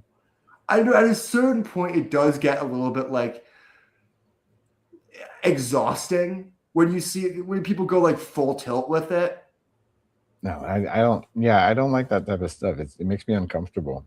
when like Yes, that's where it is. It makes me being very like surrounded by like someone who's in character. It's like You know what made me at that last con I was at in Ontario? I was at my buddy Nando's booth, and there's a girl coming up. We were talking about X-Men. She was dressed like Rogue, and she was doing like a Southern accent, and she kept making like some really like sex, like really graphic sex puns, but like in like a Southern Belle, like not like Rule 42 Rogue way, and it was making me uncomfortable in the worst way because I was like, I don't know how to stop this. it is borderline harassment. I always wanted to be like, Rogue's not this horny canonically. I always really wanted to say that. Like, she has like a full breadth of character to her. She's more than just like internet sex pot. Her only reference are the porn parodies. Yeah, do you know what I really thought in the moment? Like, if you're gonna be this horny, dress as Emma Frost. You get away with it so much better. But she doesn't have the Southern accent. She wants to. Well, the Southern accent was fake. She was putting it on. Like, she was doing like the a version like the TV show voice, like the Southern. Maybe she wanted to do. That's what she wants. She likes. It's her vocal stem. That's why that's the main reason she wants to be Rogue. I think I don't know. People like treat like Rogue. She's the hottest character of all time. It's like, calm down. She's a fictional drawn character. I know. No room. There's no room for enthusiasm in Max's world. Well, do you ever think of it as an artist of the amount of over sexualization and parasocialization and sexualization that happens of like fictional characters these days? It happens with objects. I mean, it's gone a little far. I feel like it's gone a little far these days. Like every character now is just it happens with people do it with mascots. Like it's everything. It's like anything that people can get attached to. It's like porn versions online. It's the only version you see online. Have you seen that trend that the kids are doing? It's the "Hear Me Out" cake decoration, where like each person would bring like a little cake topper. It's like a cutout print of their "Hear Me Out" character. Yeah, and it's just like the most random stuff. Everything from like Pixar characters, Pixar moms to like a Pixar mom is not a "Hear Me Out." They're notoriously I mean I'm starting at like a like a base level to like I don't know what's in like a recycling bin or something. There's this a specific type of rice, a specific type of rice cooker, or there's like Scottish or maybe Irish comedian that I follow. And she had this really funny joke because she's like, she's actually a very pretty person, but she makes her content. She usually does not wear any makeup and has her hair in a bun. She doesn't try and look like sexy in her video because she's doing a lot of comedy. She tries to keep it just like neutral. And she was like, why every time there's a guy in my comments who just like, hear me out. Hear me out. She's like, Jesus Christ, man. Look at my photos. I'm a fucking person. Hear me out. Like, that'd be a rough comment to get. Hear me out. I know, right? I know what's you're gonna hear me out. Oh, that's when we're watching like Star Wars or something. And like whenever there's like a female Sith or something like that. I don't think Shin Hadi's a hear me out. I think it's in the second half of her name. I do a lot of hear me outs when we're watching stuff when we used to react with Brent on like Star Wars shows. Yeah. It would always be like fucking what's her name from that show you like, whatever it's called, fucking Andor. Like the desk put like Moira, whatever her name was, Deirdre. I was so fucking close. I almost got there. Like 3 more guesses, I would have fucking been there. You were almost there. Moira. Yeah, that's pretty close. Moira was close. You started with that. I have Moira in my head because I kept thinking like she'd be a good Moira McTaggart. Was it? Well, I was doing "Hear Me Out" with Deidre. Yeah. Yeah, when she smiles. Maybe. You know. Remember when she's like getting ready for Smiles at dinner? other people suffering. When she was getting ready. No, the only time you ever see her fucking smile is like when she's getting ready for dinner with Cyril's mom, and she's like Right. looking in the mirror, and then you see her smile, and then like, oh, never seen her. Dating smile. her would be like, you ever see Mussolini's like, I think it's his daughter or granddaughter on Twitter, who's just like still defending Mussolini. And she like react to like Jim Carrey's like painting. Like, Jim Carrey did a painting of Mussolini. She's like, "Fuck you." were you What even an alive hilarious- when that happened? How old is this lady? I don't know. I thought it's She hilarious. was alive and remembers it. Like she'd be in her like 80s, like 90s right now. I saw this 20. I've been following all this like I'm getting all this. My algorithm like listens to me, so I'm getting all this like history stuff. That I'm watching all these history like shows and shit like that. I got this one girl on my Instagram. She's like in her 20s, and she's like a hardcore Nixon fan. And I'm like, what a weird hill to die on. That you're like, nah, man, I'd still vote for Nixon. What's his name? Roger Stone. He's got a Nixon tattoo on his. On She's like 20. She's like 20 years old. It's like this hot. She's like hot, and she's like, I guess she started off by collecting presidential memorabilia and just got really into Nixon. And like the Nixon library sent her a package of like all these Nixon buttons. She's like, I already have all of these actually. It's like, Jesus Christ. Dang, dude. For the campaign buttons. She's like, I'm a proud Nixonette. It's like, That's are you? crazy. Like that's the president you latch on to. What's the fascination? I'm almost positive it's engagement bait. It's either like the Republican Party has shifted that much, or it's engagement bait. We're embracing the criminals. Not real president. That's you've been impeached. Like she talks about him like he's great. She's like, yeah, like Milhouse. And she keeps calling him Milhouse. Like, what are we fucking doing here? That's weird. That's weird, man. That's a weird thing. It's a weird gimmick. If I ever got a package from the Nixon presidential library, I'd be concerned. Well, this is going to be like a lawsuit. God, why can't I never ever find? Oh, there. Anchorman's back. Here we go, yo. Here we go, yo. So what's the scenario? Anchorman. Did you see my scenario? He came back. He like woke up at like 1:30 in the morning to check in. We're still here, man. And here's your scenario. You go up, open those eyes, wipe your eyes, rub them eyes out.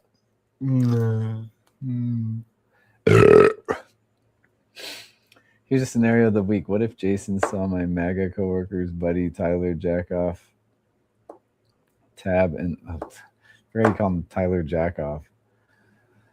It's like what they see my buddy Tyler Jackoff. I was like, what is he doing?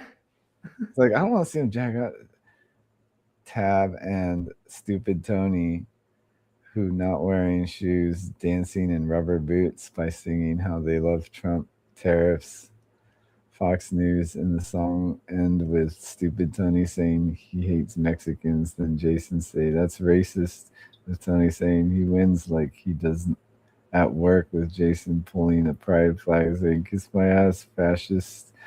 Then the group try to puke until getting booed by a crowd of people. That's crazy, man. It's a crazy scenario, dude. Kiss my ass, fascist. Would I ever say that? Would I say that? No, but you should. Kiss my ass, fascist. Fascist. I wrote this really dumb catchphrase a couple of weeks ago, where I was like writing this like he's like a 50s style superhero, and it's like he like the idea was like it was when I was doing those things. It was like a story that took place in 2 different time periods. And in the 50s, he's like a classic good guy, but he's so powerful, but he's using his powers like very politely, like a 50s guy. Like he's constantly his catchphrase is his signature move is he turns bad guys' guns into ice cream and says, "Well, fellas, take your lick," which is just like it's so 50s. It just made me laugh. And obviously, in modern day, it's like a dark reflection of that. But I just thought that catchphrase made me laugh so fucking hard at him turning stuff into ice cream and saying, "Well, fellas, take your lick." Because it's like if you told that Was guy he, in is the he 50s, saying it all? Is he saying it all the time? I thought it was just like a one no, line. you see it twice in the past in the book, and then once in the modern day. Take your luck. Take your lick. So he's just always saying that every time he's like, No, his signature thing was like he turns bad guys' guns into ice cream cones. yeah. Which would just be like a very 50s, like golden age style comic move to do. Yeah.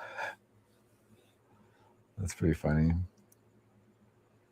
I like that. The way they talk back then. And how? Yeah. And how? That is not a thing anymore. That is very specific. Don't you ever want to throw those out sometimes, though?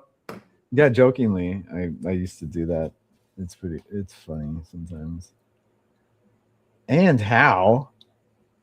It's just like when you like agree with someone, like oh, so and so is having a really good season. And how? Right? Is that the proper use? I guess. The shadow owl. I saw you typing something about the shadow owl. Let's see if I can find it. Man, you posted. You were talking a lot here. Scrolling up. I keep forgetting to open that section on the tab.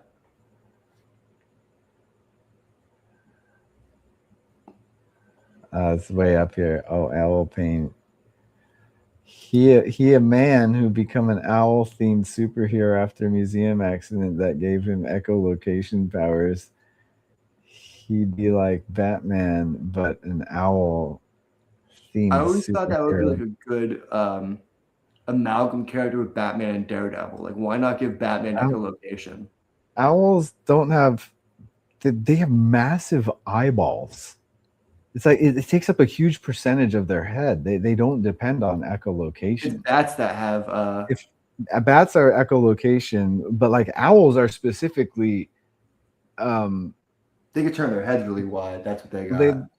The way their feathers are, they're kind of like the opposite of echolocation. They have like their diversion to echolocation because they're so stealth. You can't hear owls flying by. Like birds make a lot of noise when they're flying. Actually, Owl when it flies by, I usually go, "Ooh." crazy. They're silent predators and they depend a lot on their eyesight. So You can never tell when an owl is flying by because everyone's always asking who. who? God damn it! Ugh.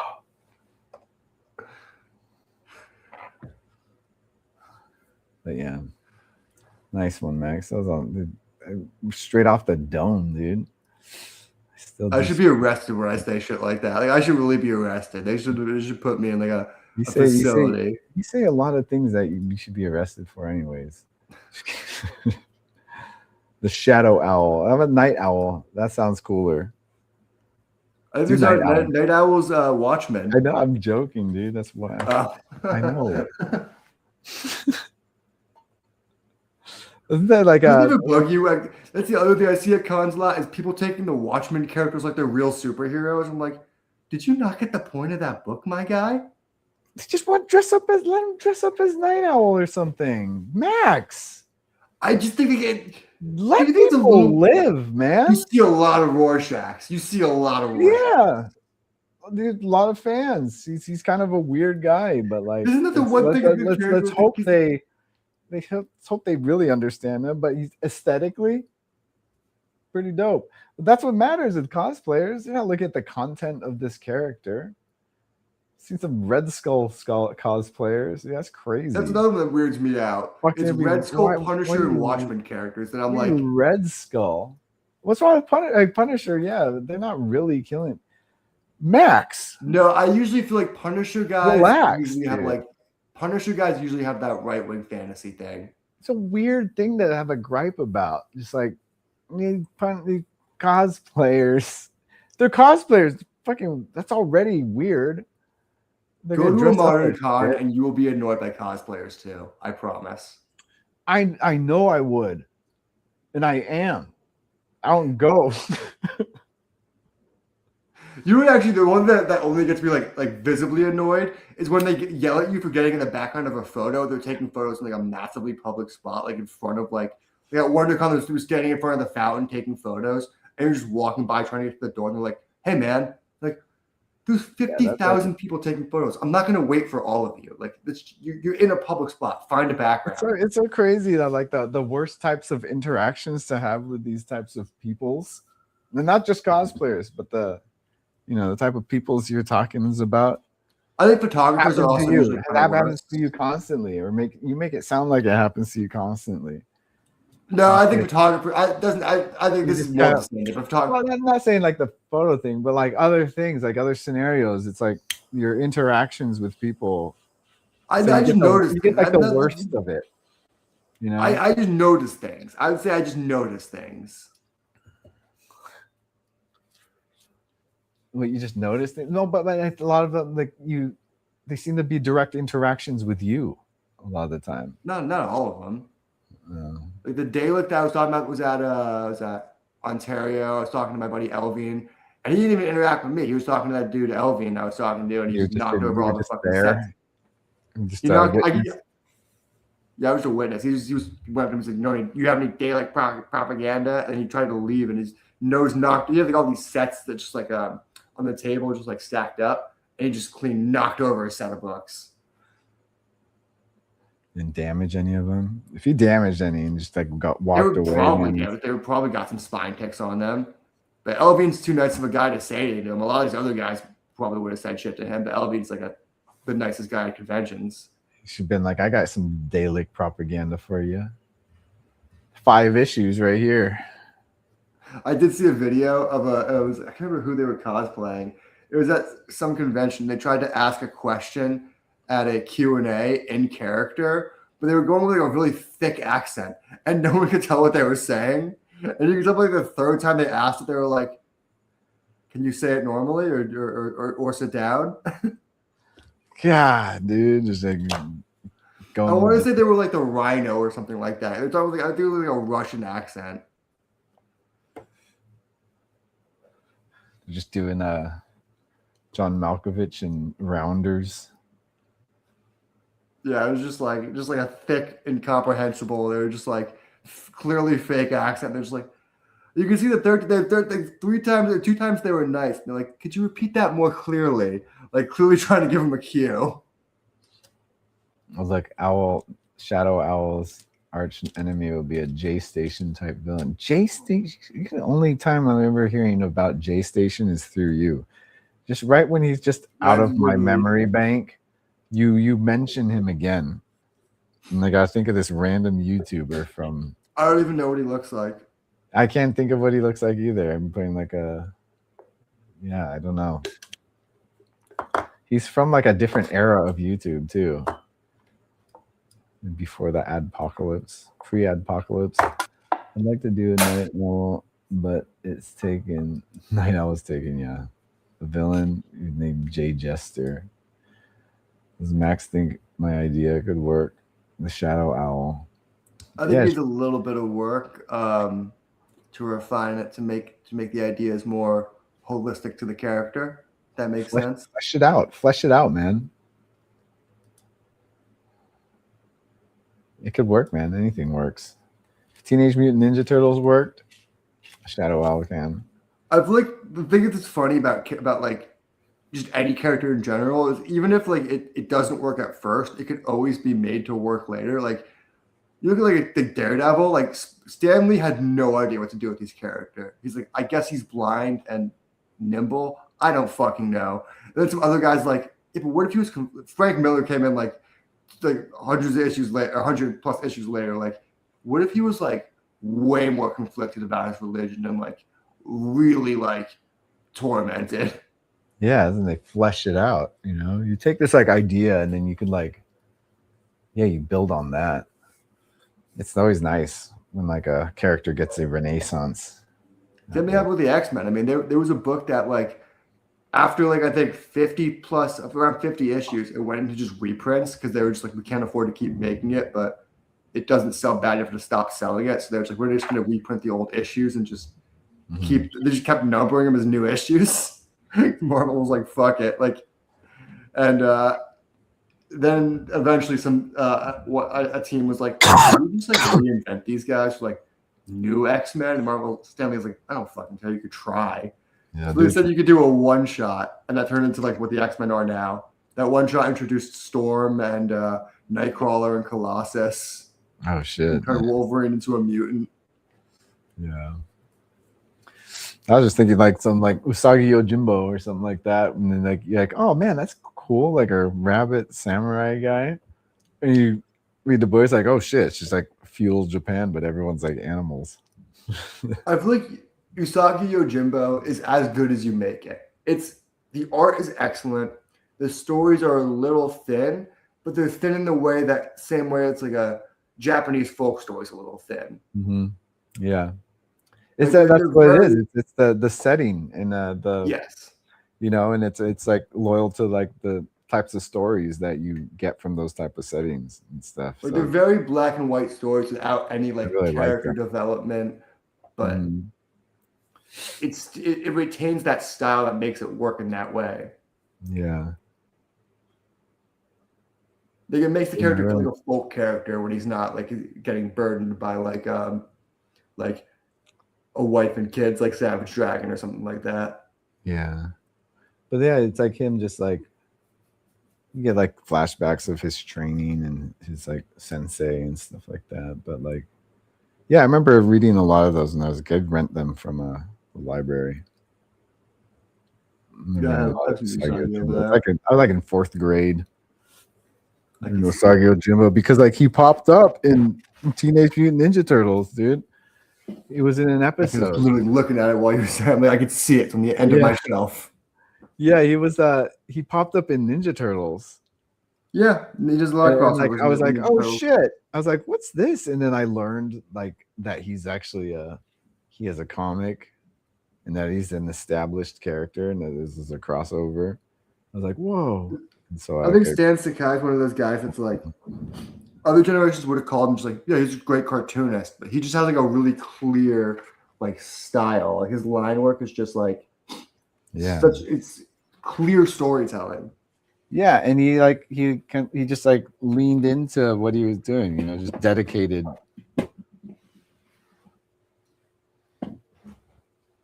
To the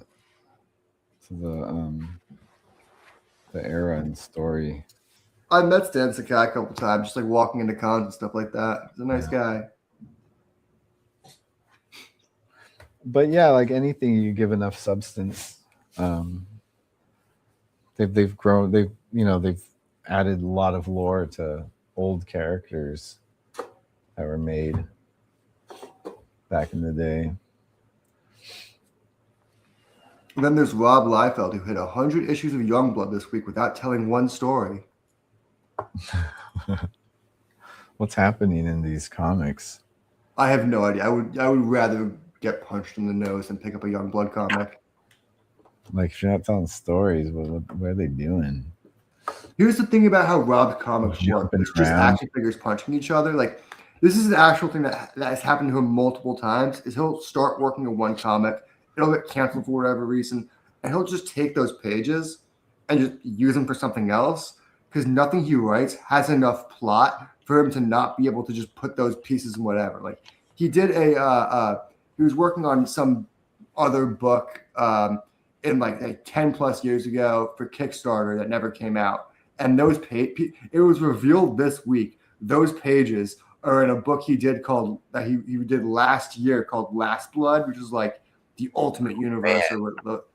So he could just take whatever he needs and just puts them in whatever order he wants because it's just fighting and there's no actual things happening where he can't just be like, yeah, they can just be in this whatever area fighting. Like His Kickstarter project ended up in his slosh pile, and then he dipped into his slosh pile for something. He spent a year promoting this book, Last Blood, and he was like, we're gonna do special things where I'm only gonna sell it on my whatnot first before it gets to comic book stores. And he was selling it for like $20 to $50 to $100+ per issue. for like what would normally be a $5 20-page issue. Then he released it in comic book shops. It got under ordered, and he never released issue 2. Dang. He instead went back to Youngblood. Need His fans act like that's all right. They're like, yeah, he can keep announcing and canceling projects, selling us an issue 1, never giving us an issue 2, like, and just act like it's okay. And now he's deciding there's like issue 100 Youngblood is issue 100 when he fully skipped 13 issues. Jeez. I need an intro to this segment of the show where you're just like trashing Liefeld. Happens at your weekly segments. I genuinely do not like You this just man. dedicate a column of hate towards Liefeld. Guy's a hack.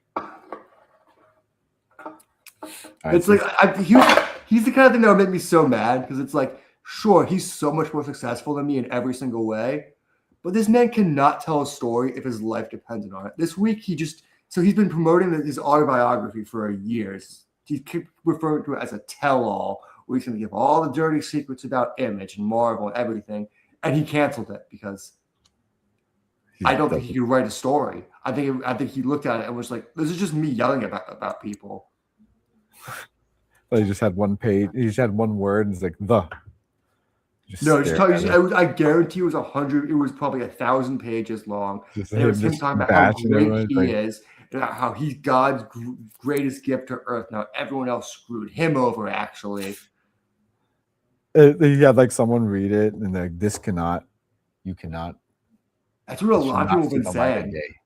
A lot of people were online were saying like, yeah, someone probably read it and they're like, this makes you look horrible. This should not see the light of day unless you want a cultural suicide. Yeah, I think it was a You'll lot of do that. this. This is scorched earth, man. He blocks anyone on Facebook when you say that he had a co-writer on the first issue of Deadpool's first appearance. He denies that, even though it's like another person's name on the book with it. Like, no, I'm the only person that created this character. It was just me. He knows he's a phony. Yeah, I still don't get how it's like how he still has enough of a fan base to grift people. Because a lot of people don't know they don't follow him enough. They just like, no, his fans follow him hard. Well, I don't know, Max. I just don't get the appeal of his art. Like, it's just bad. Yeah, I think that's known. Like, it's like the stories are thin. The art is bad. I just like the appeal just is lost on like Spawn. I can at least think the story is just like whatever. The art's always phenomenal in Spawn. Yeah, that was made. But like, it's like, well, demons, fucking spawn of hell. This is gonna look sick. This is gonna be fun to draw. Yeah, the way I saw Spawn, just everything is just rule of cool. Like, all right, yeah, he's an agent of hell. You know, Spawn. This is a thing. Malebolgia. I read so many Spawn. I was at a time where I was like, I should probably try reading Spawn. Like every Spawn fan's like, don't do it. My problem was I tried to read it at the start. It's like at the time, it's just like so gory and like graphic that's pretty much like what it is, you know? Yeah. I just like wanted a good read, and I got the first compendium, and I'm like, this just like these stories don't flow. It's not a good read. It's just a fun watch. Yeah. But obviously I'm a writer, so I'm like, as much as I love art and value great art, I need a good story to be invested in a book. Like, a good art cannot carry a story alone for me. Yeah, it's because even the movie was like, okay, fine. Yeah, this is the cartoon is kind of vibey, so it kind of works a little bit bad. Like works. It's probably the best. Like one of the better interpretations of it, you know. But I think the movie did show all the flaws in Spawn, where it's like this character's got nothing going on. Everything is so vague. You could watch that movie 3 times and not be able to explain it. Yeah, but there's some cool scenes though. I did love John Leguizamo in that movie. It's like one of his best roles. Was like, that was like me and my friend's favorite part of it. S to P to the A to the on. He's man. He made me like that. He makes that movie watchable. Yeah, Like, yeah, he's fucking. He's like great. without him, it's like, oh, it's so weak, dude. Nothing's This happening. was so funny about how like derivative the '90s were. Is like Todd Crazy. McFarlane's like, I need a bad guy for my superhero character. What about an evil clown? And everyone's like, fucking genius, man. You're the most original guy I've ever seen in my life. That's what I mean by rule of cool. They're just like, oh, dude, yeah, in his human form, he's a fucking clown, dude.